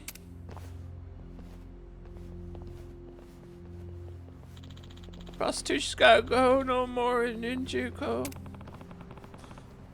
Where are you going on your trip? Let's see here. First we have Ichiban Kasuga, age 42. Address is, oh, isn't this the one Hamako runs? Yeah, we're living on the second floor. You know Hamako-san? A bit. From years ago. Anyway, next is Yu Nanba, age 41. Huh? Yu Nanba? You mean Nanba was your real name this whole time? That whole speech you gave me about homeless people using fake names? Shut up. You believed it was fake, and that's what's important. You're just gullible. What? Okay. And the last guy is Koichi Adachi, who's, wait, age 59? Yeah, only had 2 months to go until I hit retirement. But the Kanagawa police let me go a few days ago. That's rough. Huh? That's all? That's all? Yeah. I mean, we're a walking trio of red flags, aren't we? A bomb, an ex-Yakuza, and a cop with a dishonorable discharge. What of it? I was worried about stuff like I'd never find anyone to work for me. Besides, they just happen to have the perfect job for you three. And that is? Hope you're not gonna make us clean the bass to kick things up. Nah, I only get that done every 6 months. What I'm really after is her. Her name is Nanoha. She's been on my top order for 5 years straight. That's the girl who called in to take the day off and you blew up at her, right? Yeah, that's right. She's your top earner, huh? Yeah, you weren't kidding about these girls being on the, never mind. I told you, if all you've got going for you is being cute and young, you'll never last. Core of a soap blends appeal, service, and love. It's an emotional depth that makes a repeat customer. Emotions, huh? I guess I can see that. Men are lonely creatures when it comes down to it. You guys who put the toughest fronts need a place to be who they really are. Like those diaper babies in fucking Yakuza 1. The depths of a woman's ability to give them that is usually proportional to her own baggage. Nanoha's father is on the age where he can't even move on his own anymore. So she quit her job at a big firm and fell into the work to afford him to be the best care. Skipping all the stuff between the white-collar job and the prostitution is a pretty brave leap. That's why she's so good at it. She gives everything she has, no matter how the customer is. Oh, for the sake of her father. That being said, she's recently started finding reasons to take days off. Never used to be the case, though. In Bleach Japan and Nanoha taking days off, sales are really slumping. That's why I need a hand. A hand? Like, on the customers? Oh, listen. No, you idiot. I want you to look into why she's taking time off. Did she say herself it's because of an irregular period? Can't take that at face value, knowing her. There aren't a lot of reasons why someone needs money to start taking a lot of time off. Think she's got a side piece? You do know this industry, don't you? Here to fill in the class? Oh. Means she could be meeting someone without going through the store. Normally a customer pays for the service and that money gets divided up between the girl and the shop. But if they meet in private, the girl can offer a discount but still come out on top by cutting the shop out. Once they start doing that, the girl starts to wonder why they even need the shop in the first place. Of course, all the shops have strict rules against that kind of thing. I mean, it's just an innocent thing at first. Once they get a taste of the extra cash, it doesn't stop. Even start using the shop to lure more customers out to their own business. There's a death knell of some shops. Well, what should find out if she's using someone on the side? Okay, let's say she is. What do I do if we find the guy? Make sure he never wants to go near Nanoha again. I don't care what methods you use. You're a Yakuza, a nurse, and a cop. I'm sure the three of you can come up with something creative. Hey, hold up!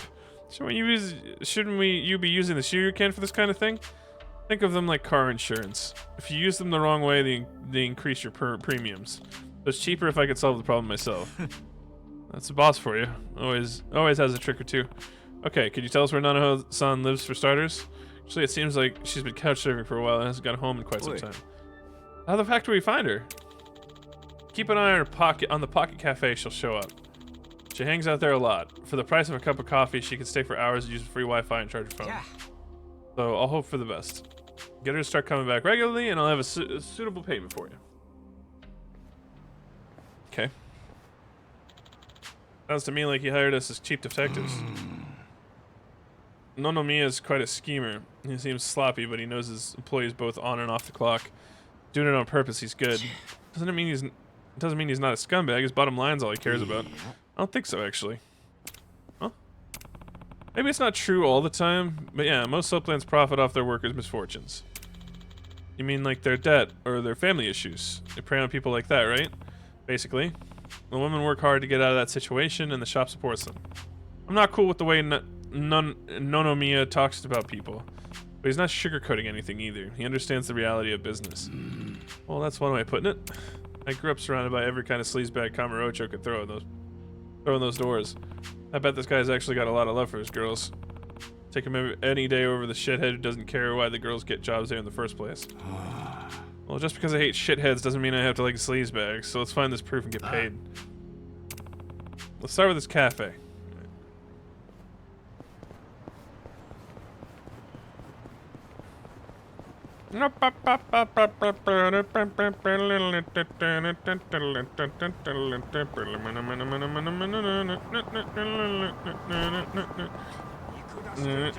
Uh-oh. Uh-oh, Otaku's.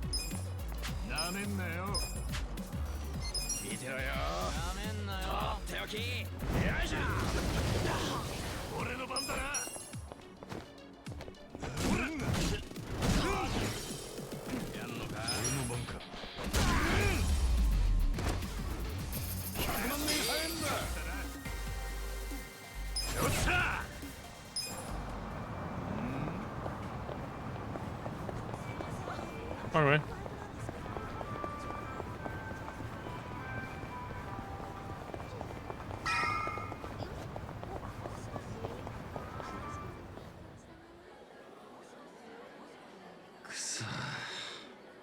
おい、あれ見てみ。よし。バカ。問い詰めんのはこっちが証拠を掴んで。ここは元刑事の言うことを聞いとく。はいはい。すみません。ただいまいや。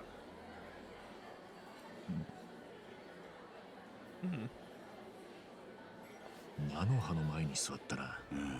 二人の会話。証言だって。カズがスマホも。分かった。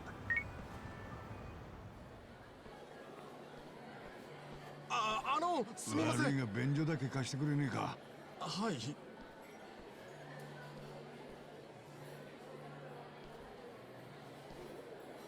Yeah, it was smooth. すみません。わざわざ来ていただいて。大丈夫ですか？随分と疲れたお顔で。最近体の調子が。早速ですが、まずはお金の件を。今金って言ったぞ。あの男が裏引き相手で間違いねえ。待て。受け渡しの瞬間を抑えてからだ。なんとか200万。はあ？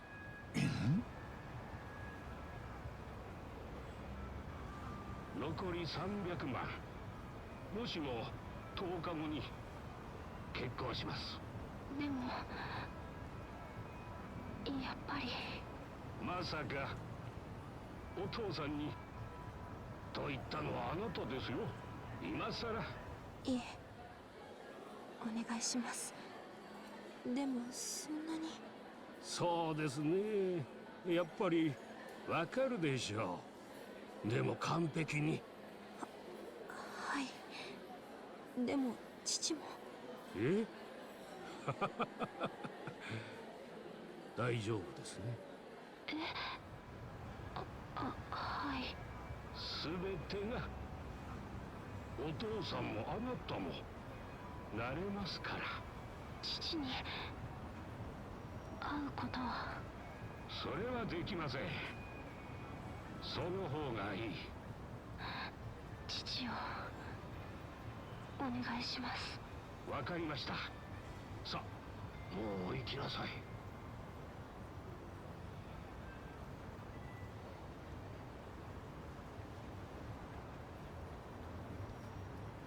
なんで女が金を払ったんだ？しかも200万って尋常な額じゃねえぞ。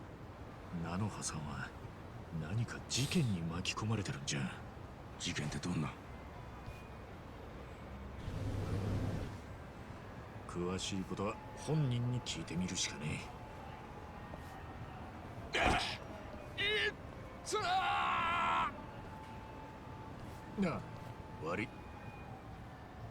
おいおっさん、謝って済んだら警察はいらねえよな。どうすんだよ、こいつ骨折れちゃってるぞ。んなわけねえだろ。すまねえが俺たち時間がねえなら付き合ってらんねえよ。じゃあ待てやく。邪魔すんじゃねえよ。やってやるぜ。おい来た。見てろよ。してみろ。やってみろ。手置き。逃げるなら今のうちだ。見せてやるよ。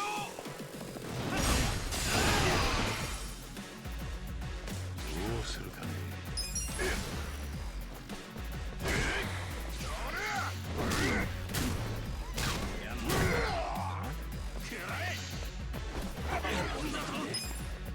見せろよ。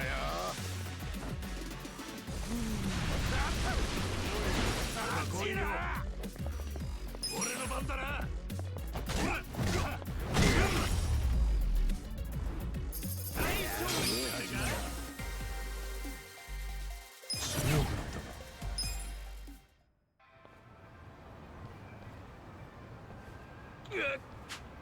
くそ。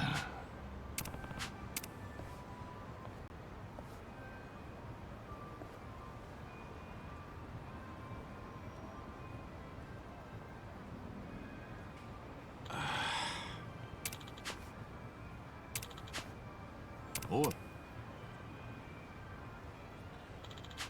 なあ。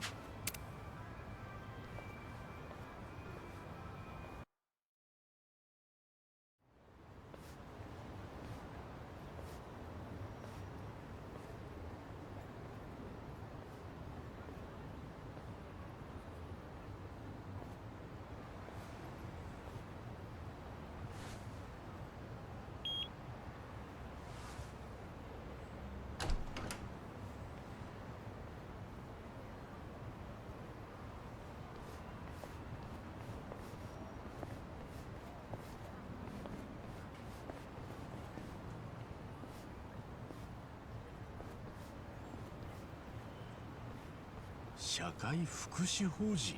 おそらく介護施設だろうな。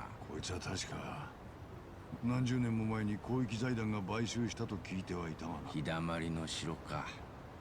確か彼女は親父さんの介護費、ってことは。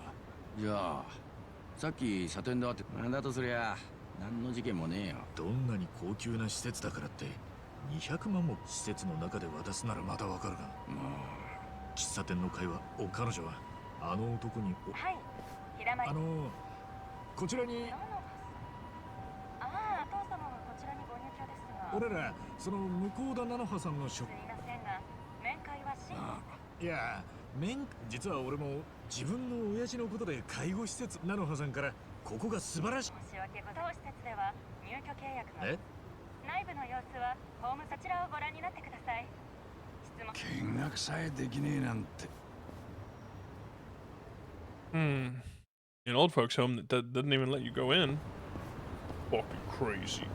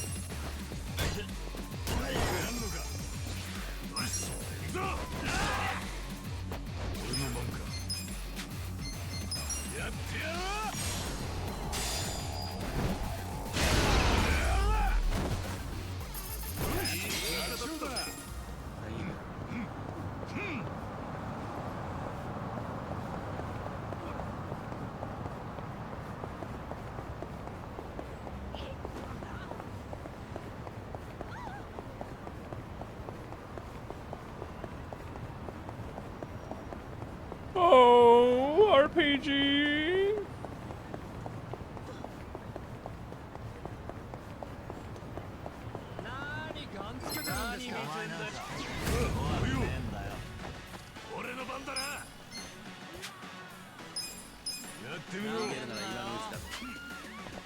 Fucking anything.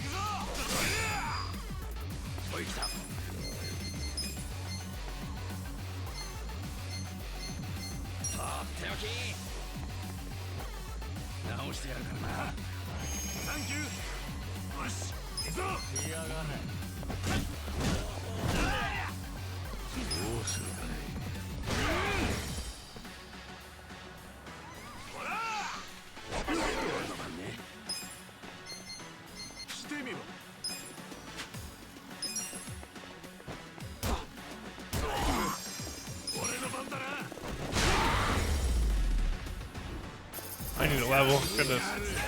一つ上の男。まだ成長できるとはな。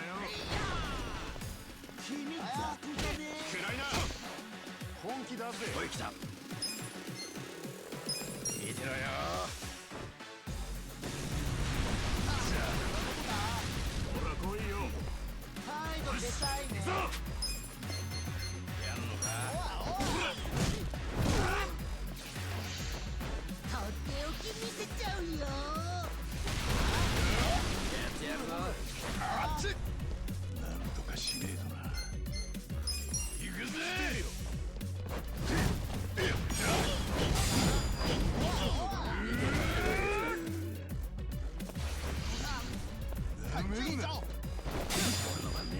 なめんなよ。とっておき見てろよ。よいしょ。さあどうすっかな。やんのか。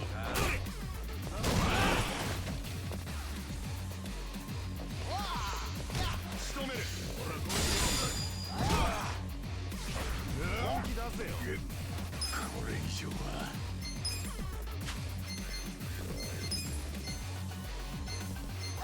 やってやる。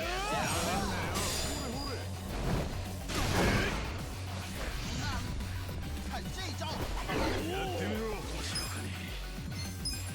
とっておき。来るか。ほら顔にかかってきた。終わらねえぞ。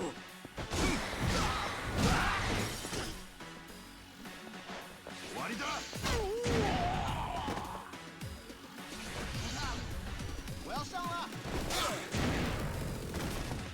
どうすっかな。ビビってんのか。とっておきだ。暗いな。 Damn.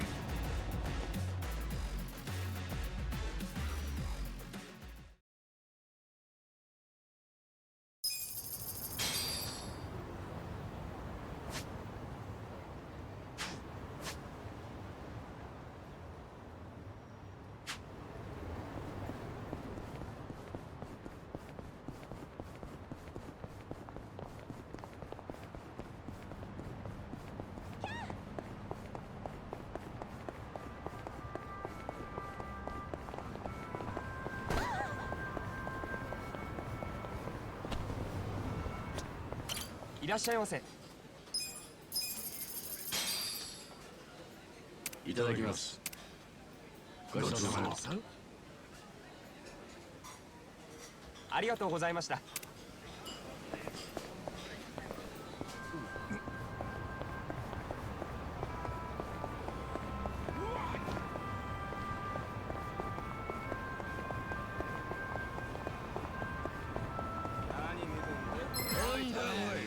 乗車しねえぞ。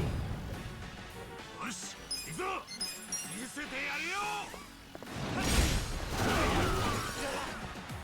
ザコ。してみろ。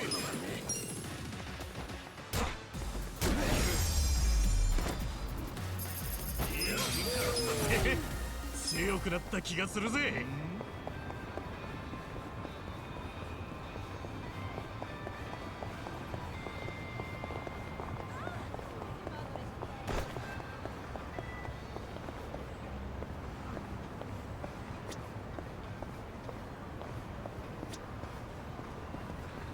Oh, that's the casino.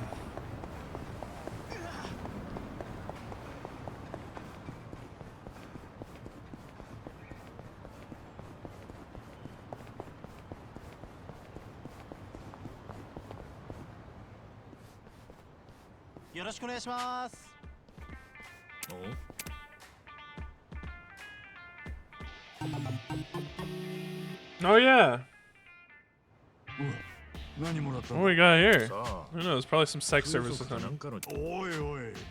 これさ、そんな都合のいいもんあるわけ。そんなの呼んで。ソープで生まれた俺。お前が無所言ってる間に業界だって変化。おい、先着1名だぜ。もしもし。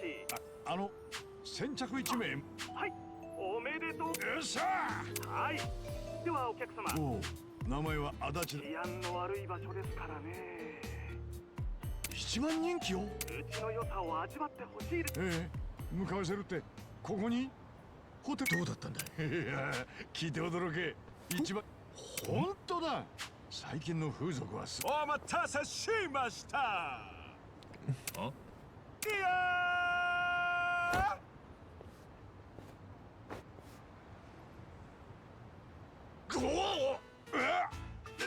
足立様ですか。そうだけどよ。お待たせしました。デリバリーヘルプのゲリー・バスター・ホームズデリバリー。なんデリバリーヘルプは喧嘩。おい、てめえらさっきから騒がしいんだよ。ちょうどいいところにお試しにちょうどいい。なんだかわからねえが行くぞ。Gary Buster Holmes. 俺の番だな。誰がやってみろ。こ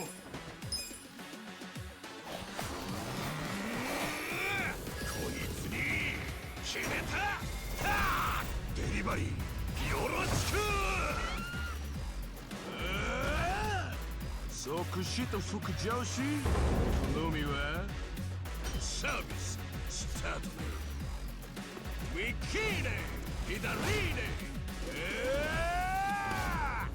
フィニッシュね。またのご利用お待ちしてます。100万円勝ちだ。よっしゃ。 Gary Buster Holmes. さてとどめです。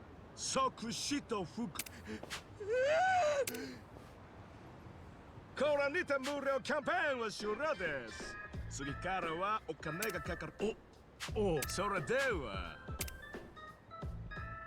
Thanks, Gary. 一体何だったんだ。さあね。はあ。デリバリーヘルプか。Gary's on the back.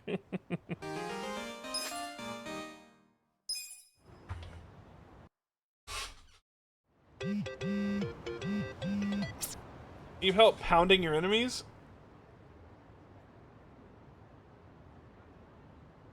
Some of them will have certain conditions or restrictions, like not being able to help you at night. Plan your strategy according.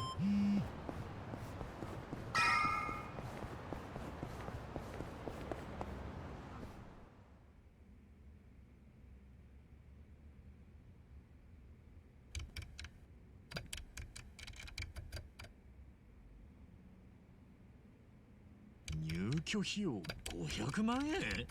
そんで毎月50万も払うってか。いくら総部長に転職したからって簡単に払える額じゃねえぞ。これで驚くのは早いぞ。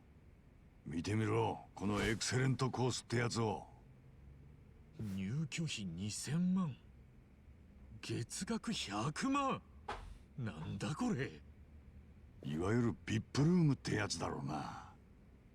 まさか Sounds like a scam. 菜の葉はこのエクセレントコースに親父さんを。さすがにそれはないだろう。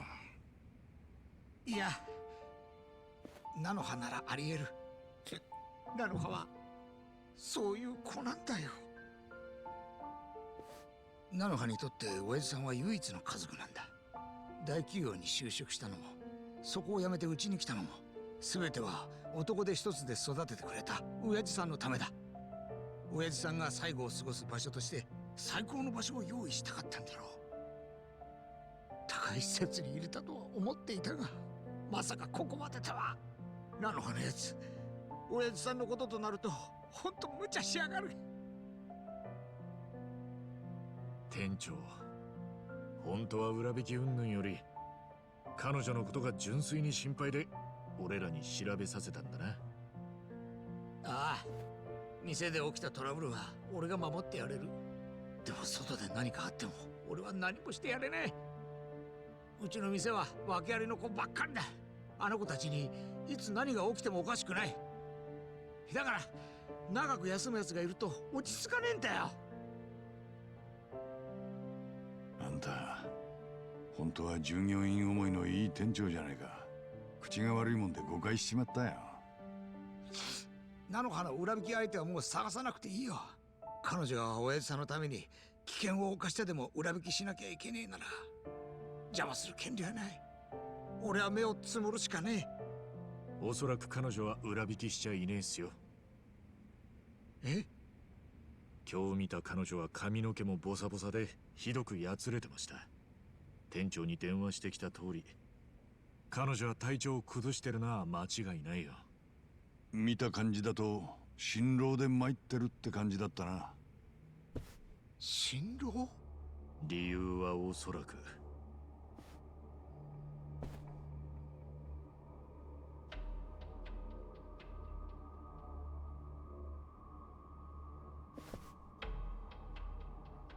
親父さんの保証人は間違いなく菜の葉だ。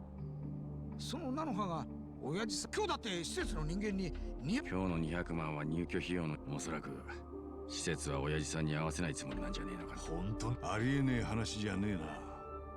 そこを狙う悪質なビジネス、一見クリーンそうに見えるこんな施設、どんな裏があるか分かったもんじゃねえ。きっとこうじゃねえか。入居費用は分割支払いでいいと言って、ところが蓋を開けてみるとなんでそんなことを。そうすれば無理してでも早く、結果施設としては迅速かつ確実に金を手に入れられるからな。まさかそんな。いや、悪どい。じゃあナノハはそれが原因で。このままだと彼女の収入が減る一方だ。そしてこれからますます支払いが遅れるだろう。じゃああの子が親父さんに会えるのはいつになるんだ。ずっと先だな。下手するともっとひどいことに。もっとひどいこと。どんな契約をあの施設としたのかわからねえが、最悪は支払いができない時点で親父さんも追い出されて金も返金されないとか。なんてこった。パンフレットが立派なら施設としてはケアの手間と金が省けるしな。結局のとこ施設にはメリットしかねえってわけか。その読みが当たってるや。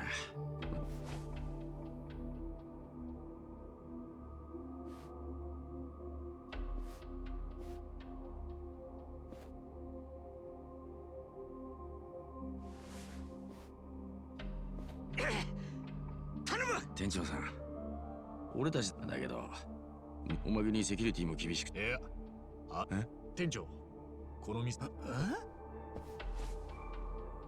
少しの間バイトで潜入するってわけか。そんなに簡単に。ハローワークの神戸所長に。よし、神戸にどうにか菜の葉の親父さんを。 Okay. Back to job place. Back to Jobtown, USA. さっさとよこしやがれ。いいからその粉ミルクをよこせって言ってんだよ。勘弁してください。んなこと知らねえよ。そんな無茶苦茶。チンピラが粉ミルクを買う。事情がよくわからんがカツアゲされてる。仕方ねえ。おい、事情はわか。なんだって。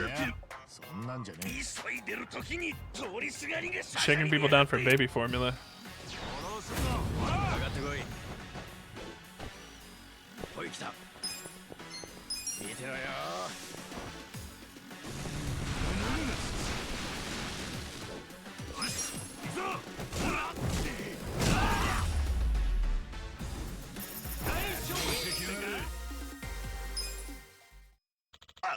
Assholes! We won't forget this. Phew. Ah, that's over. Oh. Hey, you alright? Hi. Thank you. You're very kind. To think you'd even. Hey, what's wrong? No more crying on me. Sorry for breaking down like that. It's been a while since someone's been so kind to me. It really hit home. No, don't sweat it. I'm Kasuga. Masato Oshiyama. Thank you for saving me. No, I wasn't about to leave you hanging. I could give a little something thanks, but all I have is baby formula. Baby formula? That for your kid? I'm a newly minted father of a son. He's a cute little guy, too. There's all sorts of things you need when you have a kid, and I figured I should start saving for the future. I've been working my butt off day and night. Yeah? Well, I'm single, so I don't know much about that, but don't overwork yourself. Won't do you much good if you're dead. Kind of you to say, Tsukasuka-san. My wife would never say something like that. Yeah. You're pretty cold to me lately. I'll come home for a long shift and she won't even say hi. She used to be so... What's music? She used to be so sweet to me. She even did all that cooking and cleaning and... You know what have you? At least she's been having me do all the housework. I'll tell her I'm really tired from work, but all I get is you have no idea how hard it is to raise a child. He's always blowing a fuse. I don't understand. We should be so in sync when it comes to our kid, right? I just want my son to be happy. Nah. It's important to work hard, but has your wife ever said she wants you to do that? Huh? Well, I guess I've never asked. Really, you've got to have money, right? Yeah, of course. I imagine having a baby's pretty tough. I mean, the whole future's in your hands. You can't even understand what you guys saying yet. Sure, work can be tough, but I'll bet there's some kind of emotional struggle going on too. Emotional struggle. Yeah, being a parent's a huge responsibility. Shouldering that responsibility by yourself probably is a lot. I'm sure you want to do. I'm sure you'd want someone who'd listen. It's safe to say your wife wants that from you. It's like how you came to me for advice about yourself. You're really something, Kasuga-san. The single guy you sure know about parenting. I never had parents. I was born in a massage parlor, so I was raised by the staff there. As I got older, I learned all about people who took care of me, you know? Changed my diapers or whatever. Maybe it's thanks to them. Alright. I've been born in a massage parlor. I guess people can come from just about anywhere. The idea of facing my wife, though, just the thought alone scares me. What? Hear that? Could it be? Going from there. You think it's just like you, Kasuga-san? There's no way. Birthing a child in a place with proper care can be dangerous. You should step in and help. Sure, but what the hell are we gonna do besides get in the way? Good point. Oh, is this baby guy? I know. Let's make this baby formula and bring it to them. We don't know if the baby can drink mother's milk yet. We're gonna need some hot water. Once the water cools off a little, we might even be able to wash the baby. As for me, I think there were some towels left over at my work, so I'll grab those. Where am I supposed to get hot water? Me back here. I'll be leaving it to you. Like I got short end of the stick here. Okay, hot water, right? Gotta try a cafe. Alright. Anyway.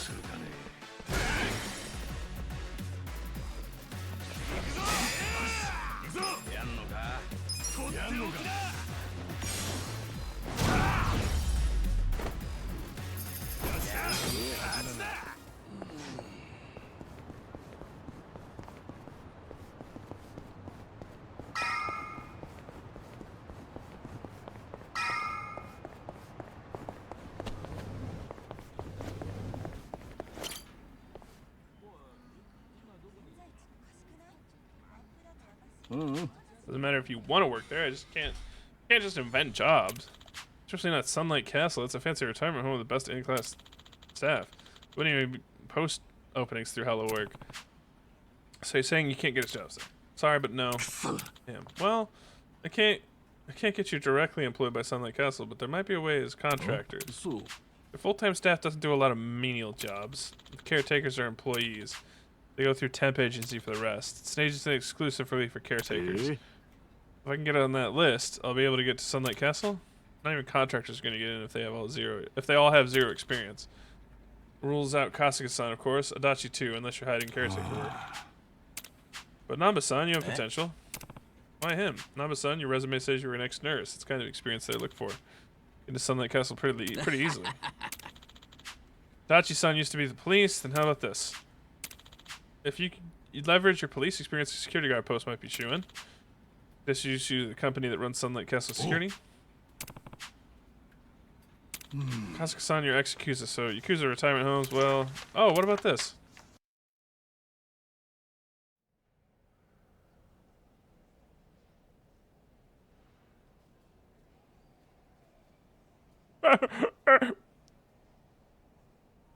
お兄さん、あなた見ない顔ね。新入りなの？ええ、派遣できた難波って言います。あらそう、お医者さんなの。偉いわね。いや、介護の助手だよ。派遣できたんだよ。まあ、弁護士さん？頑張ったのね。ところでおばあちゃん、この施設に向田さんって人が入居してるはずなんだけど、わかるかい？一人娘のいるおじいさんなんだが。そういえば朝ごはんはまだかしらね。もうとっくに昼過ぎてるで。ああ、ここで結構よ。どうもね、おまわりさん。そっちは何か分かったか？いや、今のとこ菜の葉の親父らしき人間は見当たらねえ。それにしてもちっとも悪徳施設には見えねえんだよな。介護士の数だって足りてるし、医療機器だって最新のもんだ。警備の方もだ。セキュリティから巡回までしっかり金をかけてるぜ。こら新人、何度言ったらわかるんだい。便器に自分の顔が映るまで磨き込むんだよ。ほら次に行くよ。ちんたらしてたら終わんない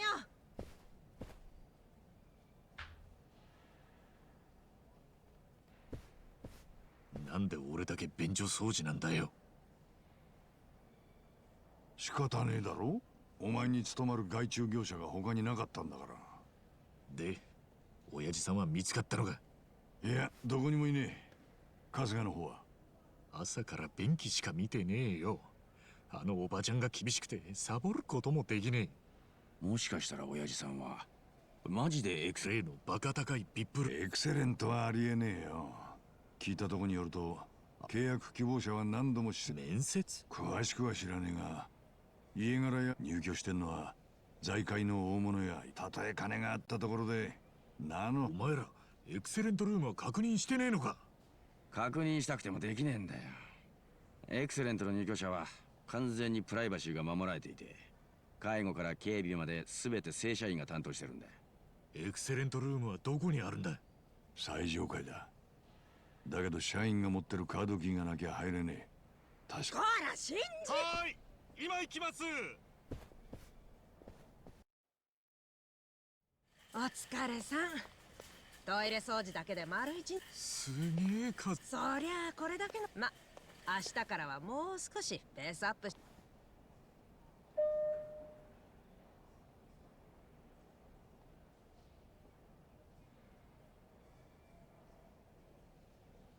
まだ最上階が残ってるみたいですけど。ああ、7階は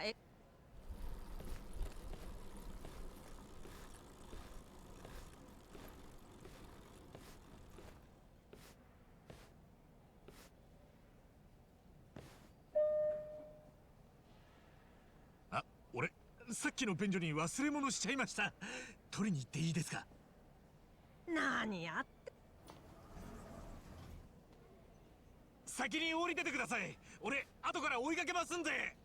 仕方ないね。さっさとするんだよ。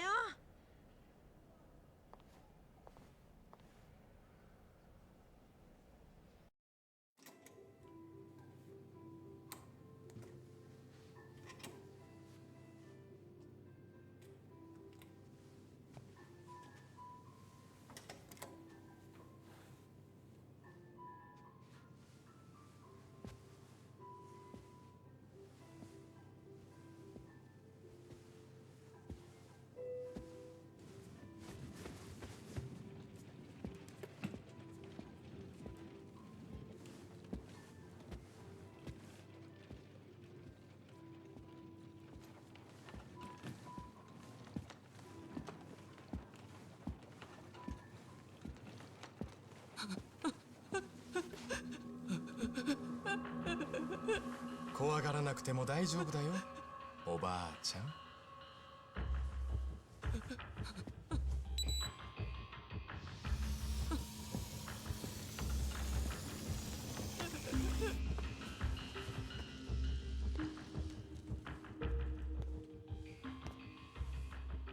それじゃおやすみなさい。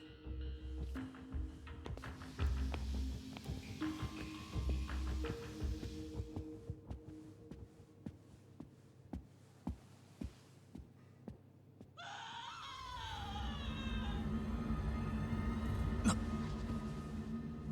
んだ？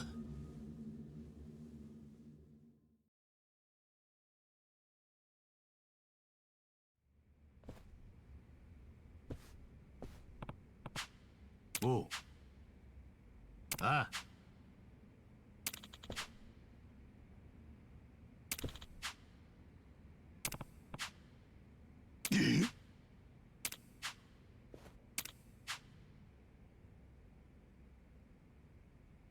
待った。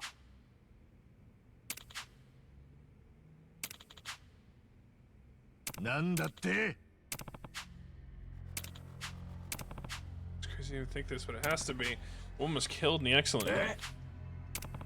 I didn't see it happen, but it has to be it. They kill their own customers. That just means no more income, doesn't it? Yeah. Not necessarily. You could scam their pension payments, for instance. Yeah, someone old dies, but you don't report their death and you just keep going on with your life. You hide the body somewhere and the dead person's pension and medical insurance payments keep rolling in. Saying the institution could be stealing money. Can I do that? Look at this, I checked it out. There's a safe in the back of the security room that has all the residents' bank books and seals in it. The residents, I'm sure it's peace of mind to know that they're kept under lock and key, but if they have that stuff on hand, it's super easy to get all that money. If someone dies, it frees up the room for the next sucker. If a patient dies, they increase profits. These guys are from security company. How'd you know them? They're both Yakuza from the family that runs this place. That means they're serial clan?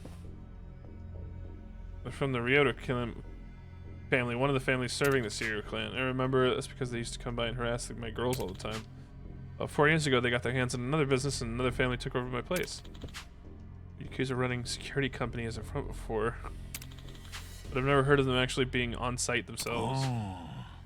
Sunlight Castle itself is the serial clan's business. In that case, it would make perfect sense for them to see scamming pensions.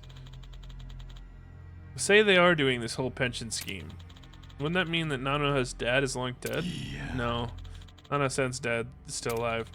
How do you know? Remember the Nanoha-san when she gave that guy 2 million yen? And we were eavesdropping on his phone? Yeah, the guy who took the money said something along the lines of... Using that together, I think that means there's 3 million yen left and that she has 10 days before they carry out the procedure or whatever.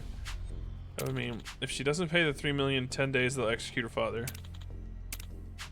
Probably saying if she doesn't want him to die, that she needs to pay up. Be able to take this to the cop. You think? This is Yakuza front. They probably already got terms with the police. It's pay up or he dies, and even if he dies, the police are just gonna look the other way. Then they'll bleed his pension payments dry. It's unthinkable. How many days ago did you hear that conversation?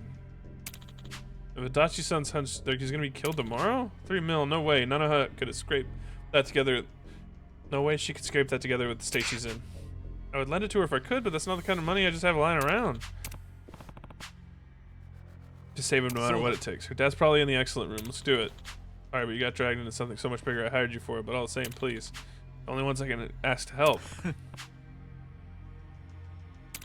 Okay, you got it. What's a full house bonus? It's big. It's an old soap plant custom. If they fill the house, everyone gets a bonus. If everyone gets a bonus, everyone from the ladies to the staff goes home happy. How big is it usually? Well, the going rate was about 3,000 yen. Risk our lives for 3,000? I'll have it stuffed and ready for you when you get back, so you better come back alive.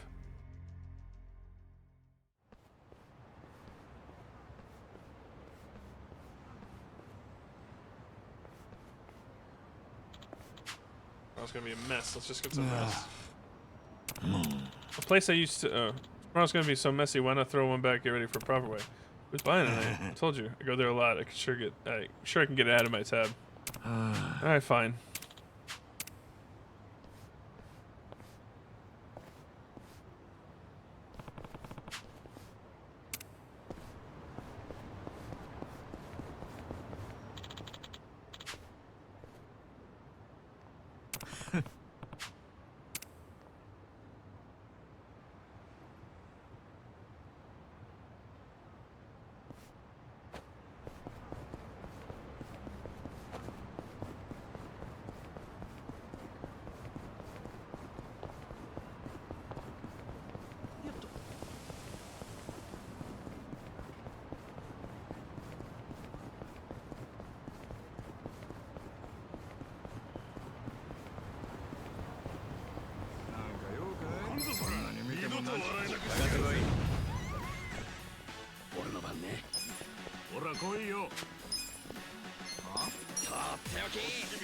Berserker?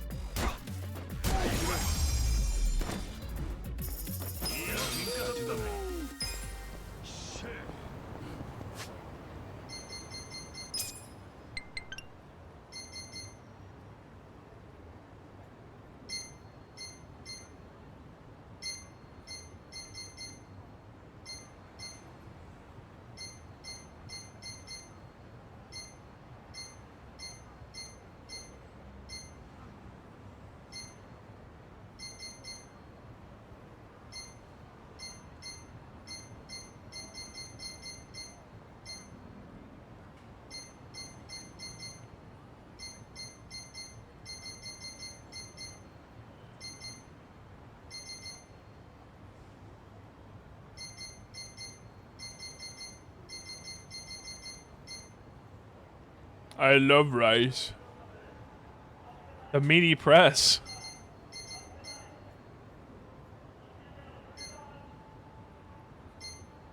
Came to Japan to make money, but found criminal distractions instead, showing up a lot of business quarters at night. Bouncer accompanies foreigners making illegal deals. Thanks to his size, most people know him simply as Big Dog. What's up, Big Dog?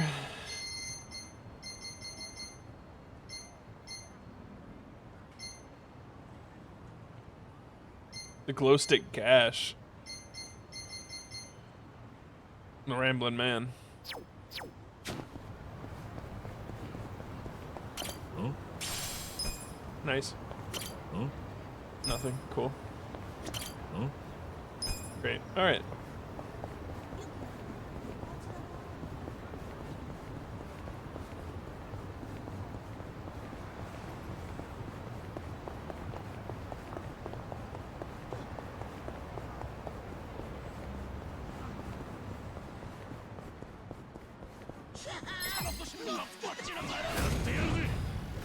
Oh, Urban Ranger.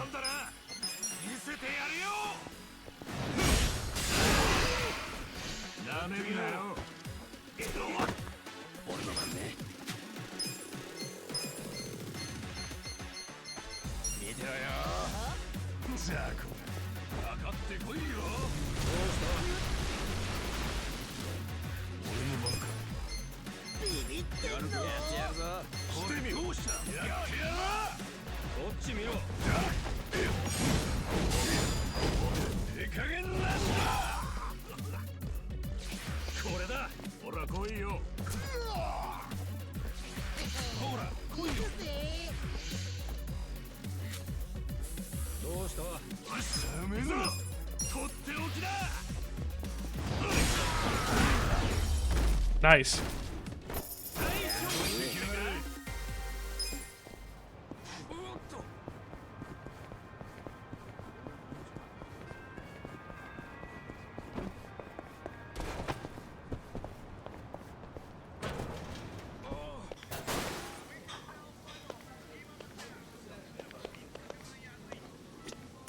いらっしゃい。いただき。ごちそうさま。ありがとうね。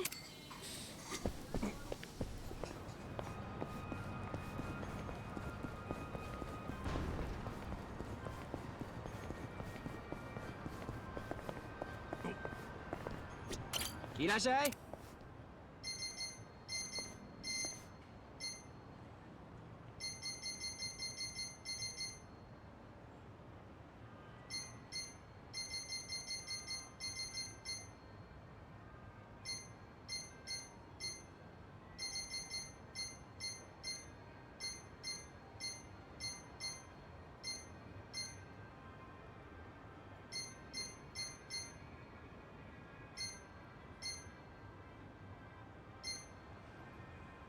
ありがとう。I don't have the money. I ain't got no goddamn money. I'm still fucking broke as shit.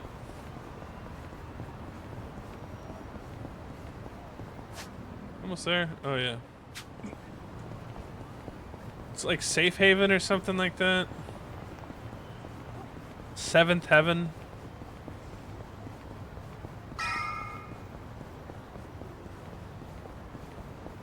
Survive.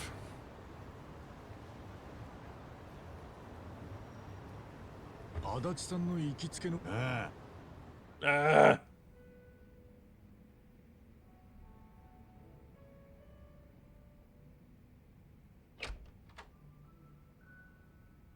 なんだおめえか。愛想ねえな。そんなんだからいつも趣味でやってんだ。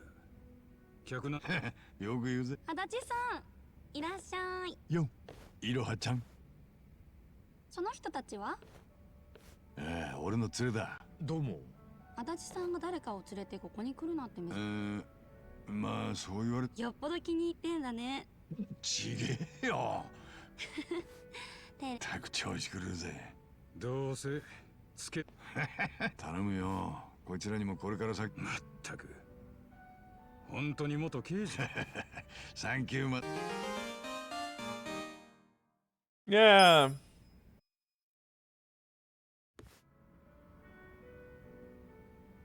なんだよ、難波のやつ。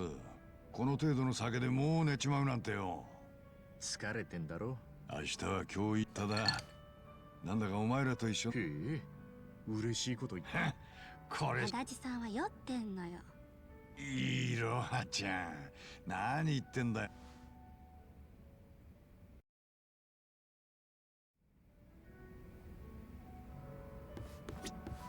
お。ああ。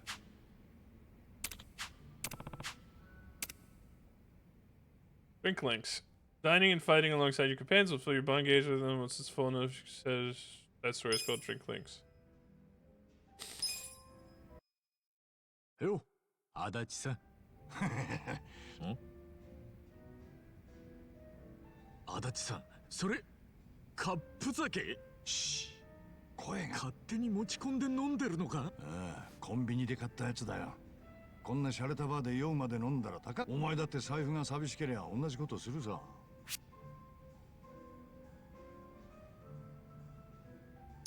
確かに俺も持ち込むかもしれねえけど、そんなことしたらマスターにバレるだろう。酒はこそこそ飲んだってうまくねえさ。お前のそのメンタル。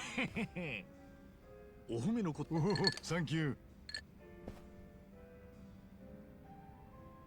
しかし定年直前。何、警視総監の堀之内に立て。あいつに目をつぶって警察。確か足立さんと堀之内の因縁が。ああ、老夫婦が殺されたくすみには空き巣の前科があったし。だけどくすみは白だった。ああ、息子くすみには妻子がいてな。一人息子のその高志が犯行時刻にお父さんと散歩に行っていたって証言したんだ。だが親族ってのは容疑者に。だから捜査本部は高志の。俺もその決断に反対はしなかったが、どうしてもタックスミの逮捕後も俺は単独で。するとタバコ屋の主人が犯行時刻に散歩する高志の証言は正しかったんだよ。すぐに捜査本部にそのことを伝え、くすみの堀之内が。確か堀之内は当時の神奈川県警の。警視庁への栄転が内定していた堀之内に。だから堀之内は冤罪と分かって。結果くすみは獄中で。堀之内は他人の命まで犠牲。足立さんが堀之内に執着。だけどくすみの命を高志の証言を俺がすぐに信じていれば誤認逮捕。足立さん一人の責任じゃないさ。だが高志の事情聴取をしたのはこの。足立さんはその後くすみの冤罪をマスク。それってもしかして高志。春日のくせにさ。だが結果はリークも失敗して俺は免許悲観するなよ。すまねえな。気にすんなって。バカ。いいこと言うじゃねえか。春日のくせにってのは余計だろ。まあお前みたいな仲間が警察時代に。俺みたいな警察官がいたら日本は終わりだよ。それもそうか。そこで同意す。まあ仕方ねえなもう。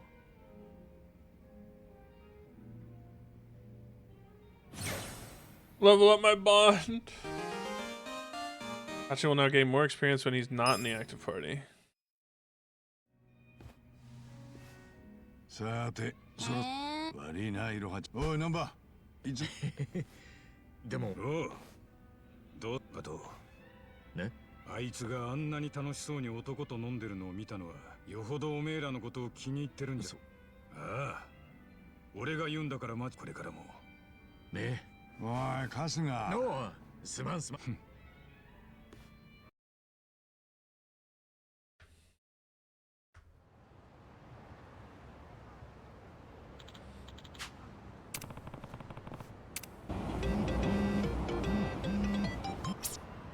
Dining at certain restaurants or on Yokohama with your friends and ordering certain combinations of menu items will table talk unfold. Bond between you and participating party members will deepen. Make sure you try everything on the menu when you walk into a new restaurant with them. Interacting with a party member when full bond gauge with them, fill a certain amount, trigger drink link.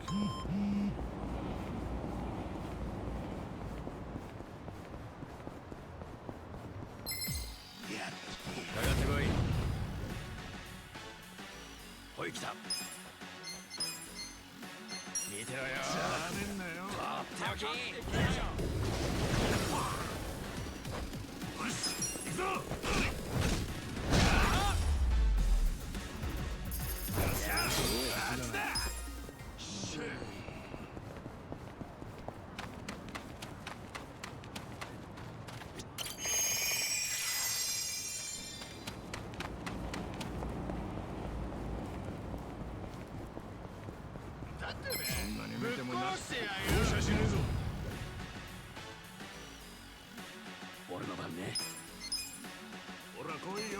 見てろよ。なめんな。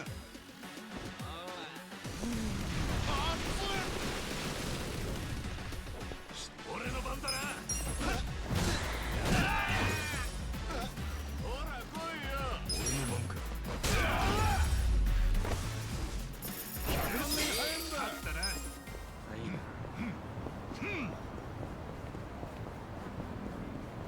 文句あるのか。何見てるんですか。書いてねえぞ。おい来た。来いよ。とっておき。見てろよ。よいしょ。かかってこいよ。よし、行くぞ。来ます。なめんな。やりますか。どうするか。してみろ。俺の番だな。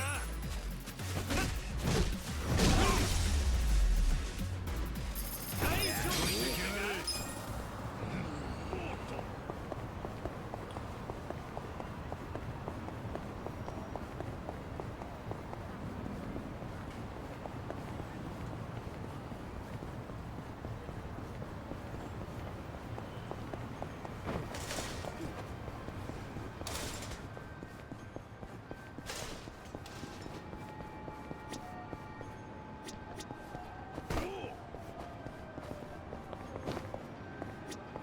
どちらまで行かれます？そうですか。またよろしく。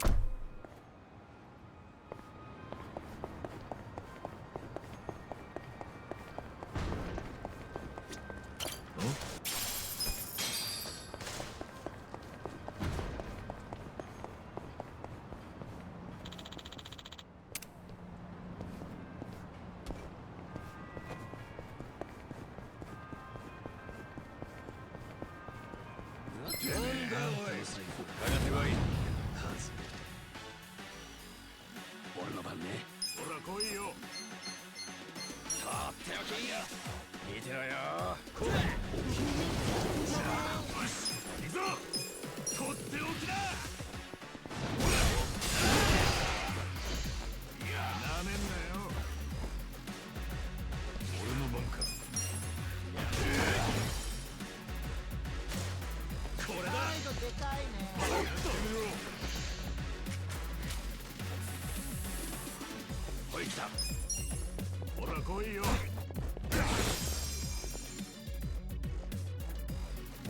俺の番だな。ザコが。やってやるぞ。見せてやるよ。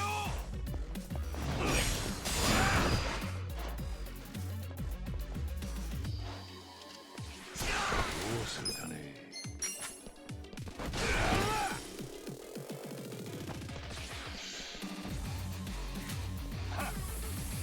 俺の番ね。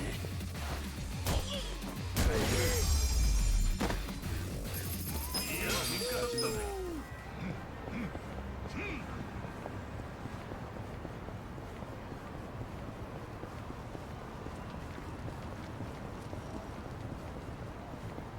何見てんだよ。しびるんじゃねえぞ。おいよ。おい来た。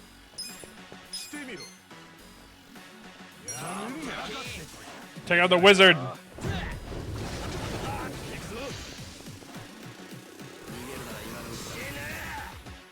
お先真っ暗だ。ちょっとどうした？おいほら。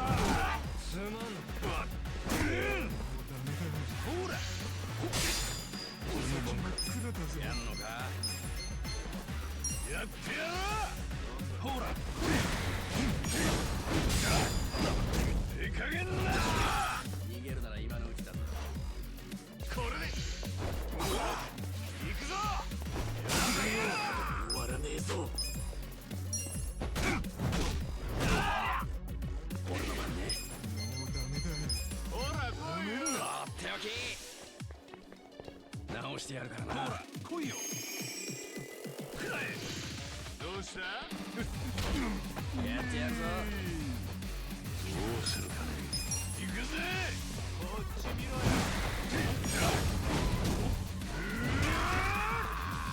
やるのか。こいつを。先真っ暗だぜ。ザコが。これで元通りだ。どうすっかな。とっておきだ。やってやるぞ。ほら来いよ。見てろよ。ほら来いよ。サンキュー。行くぞ。俺の番か。やってやる。逃げるなら今のうちだ。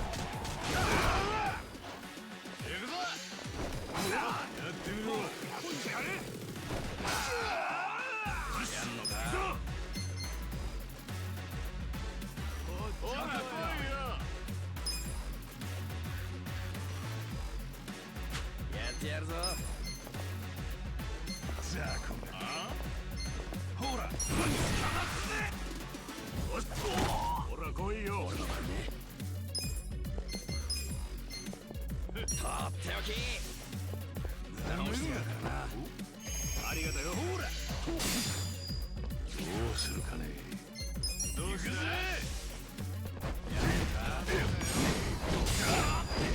手加減なしだ。かかってこいよ。そうだね。俺の番だな。誰がいいか。ほらほら。ほら来いよ。やってみよう。お疲れさん。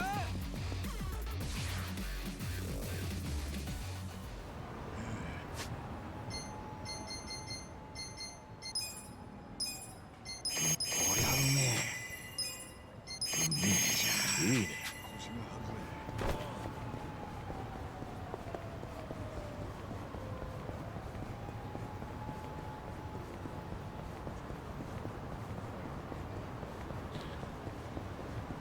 I think I'm gonna end stream here in just a little while.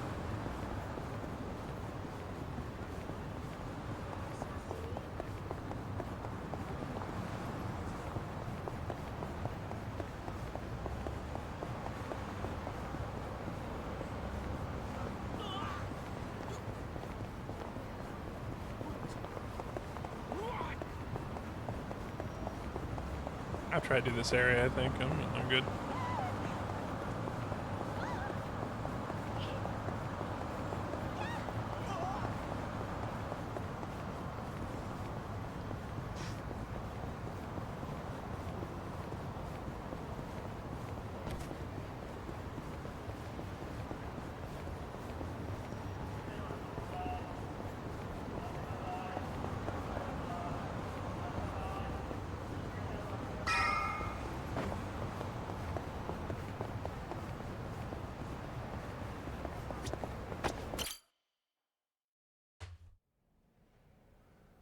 早く次に行くよ。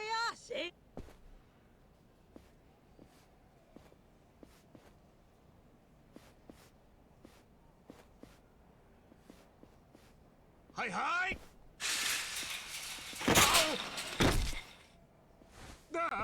大丈夫ですか。危ねえだろ清掃。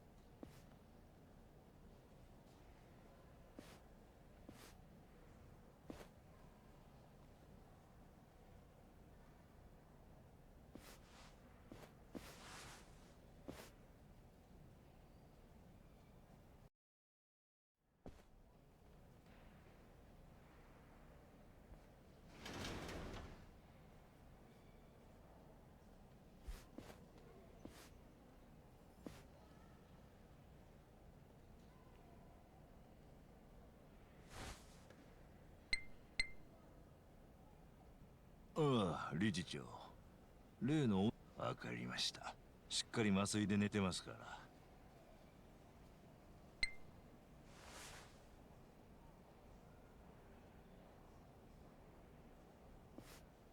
さあ、行きますよ。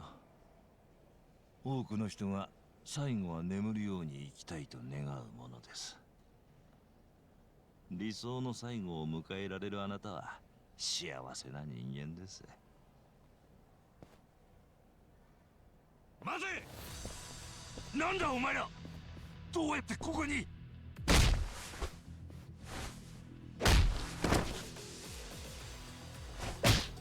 Damn!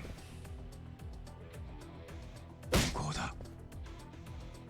間違いねえ。菜の葉の父ちゃんだ。大丈夫か？すぐ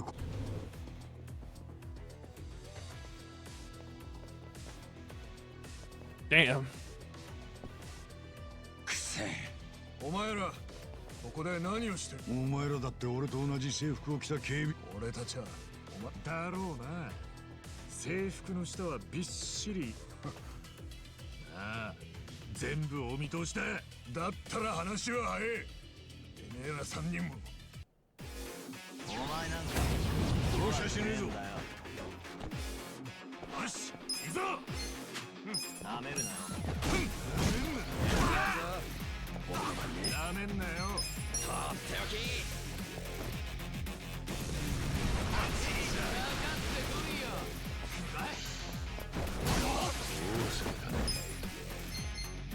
やってやろう。ほらこういうの。今のうちだ。来い。行くぞ。そりゃこいつで俺の番だな。なめるなよ。おい来た。なめんなよ。俺の番か。なめるなよ。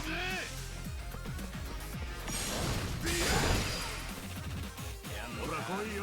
そりゃもうちょっと楽しませろよ。あったまき。よし、来た。よ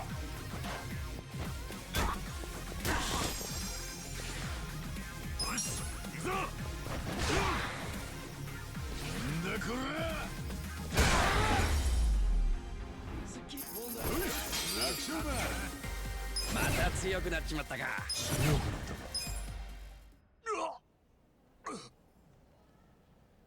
ハエと親父さんを連れてずらかろう。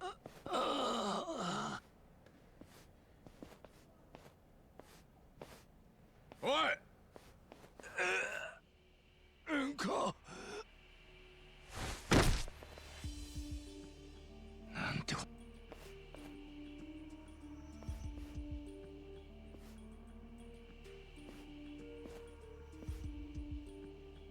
どういう薬な？海外じゃ。それじゃ親父さんはこの医者にあのばあさんもこの手口で殺されたのか。安心するのは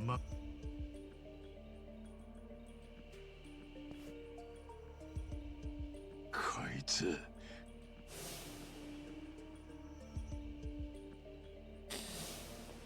何者なんだ。直接聞いてみよう。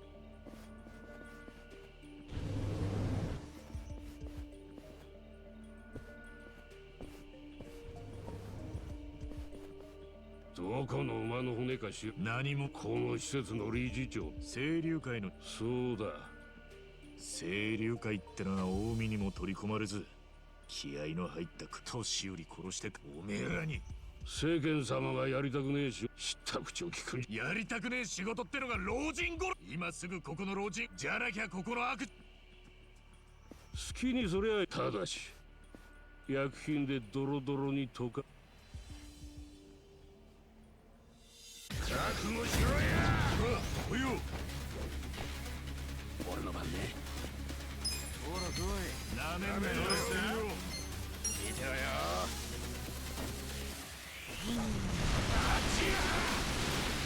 俺の番だな。ほら逃げるな今のうち。ほら来いよ。やってやろう。ほら来いよ。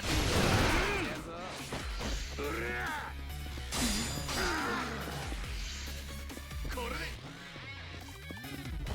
食らえ。やってみろ。こいつだ。やってやるよ。とっておき。見てろよ。なめんなよ。よし、行くぞ。ほら。逃げるなら今のうちだぞ。俺の番か。行くぜ。ほらほら。手加減だ。行くぞ。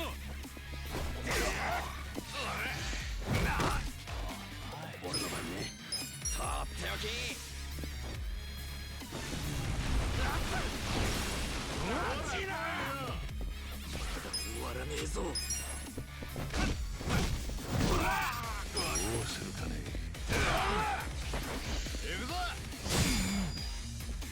きた。見てろよ。直してやるからな。サンキュー。やってみろ。俺の番だな。おい。ありゃ。俺の番か。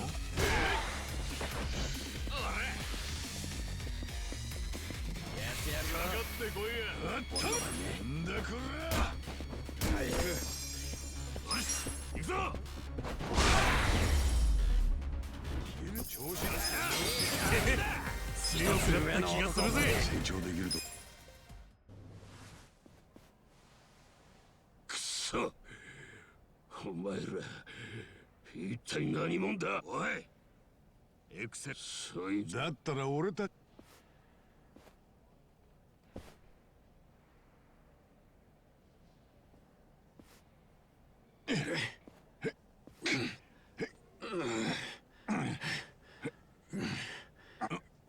緊急用途を我が子が。なんだって？無理だ。健全な介護施設が。極道が警察になんとでもいい。パクら。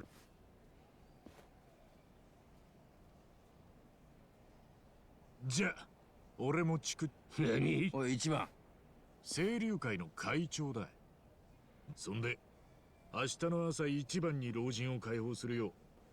ふざけるな。こりゃ俺のしのぎだ。会長はやめろ。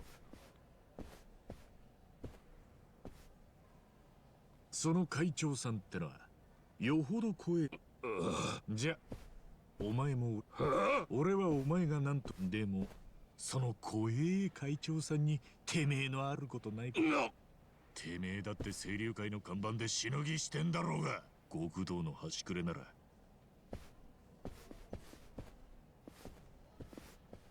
じゃあ行こっか。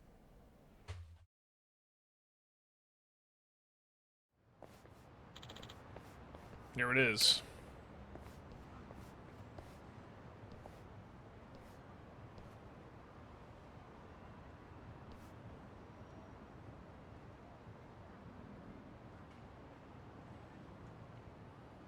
Hey. Wow, that's a hell of a gate. Place has that Yakuza HQ feeling down. Can't hurt to be cautious. Make sure we're really good to go. Then. Okay. Hey, you wait here.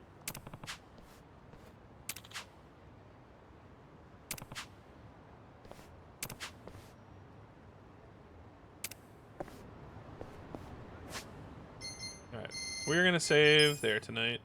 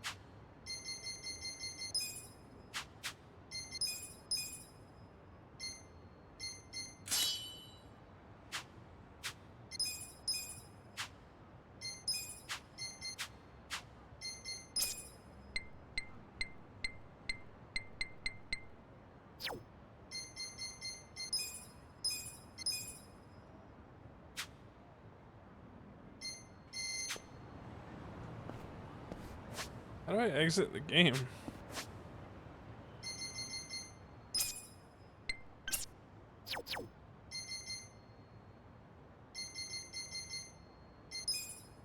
Ah, here we go. Oh man, we are on the road to adventure here. We're getting close to getting a fourth party member.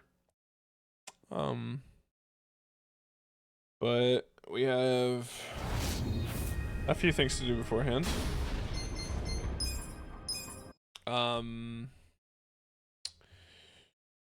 So yeah, more roadside research Wednesday. More. Actually, I don't know what we're gonna be doing Friday. I have no fucking idea. But until then, we'll see you next time. And oh wait, hold on. And don't forget,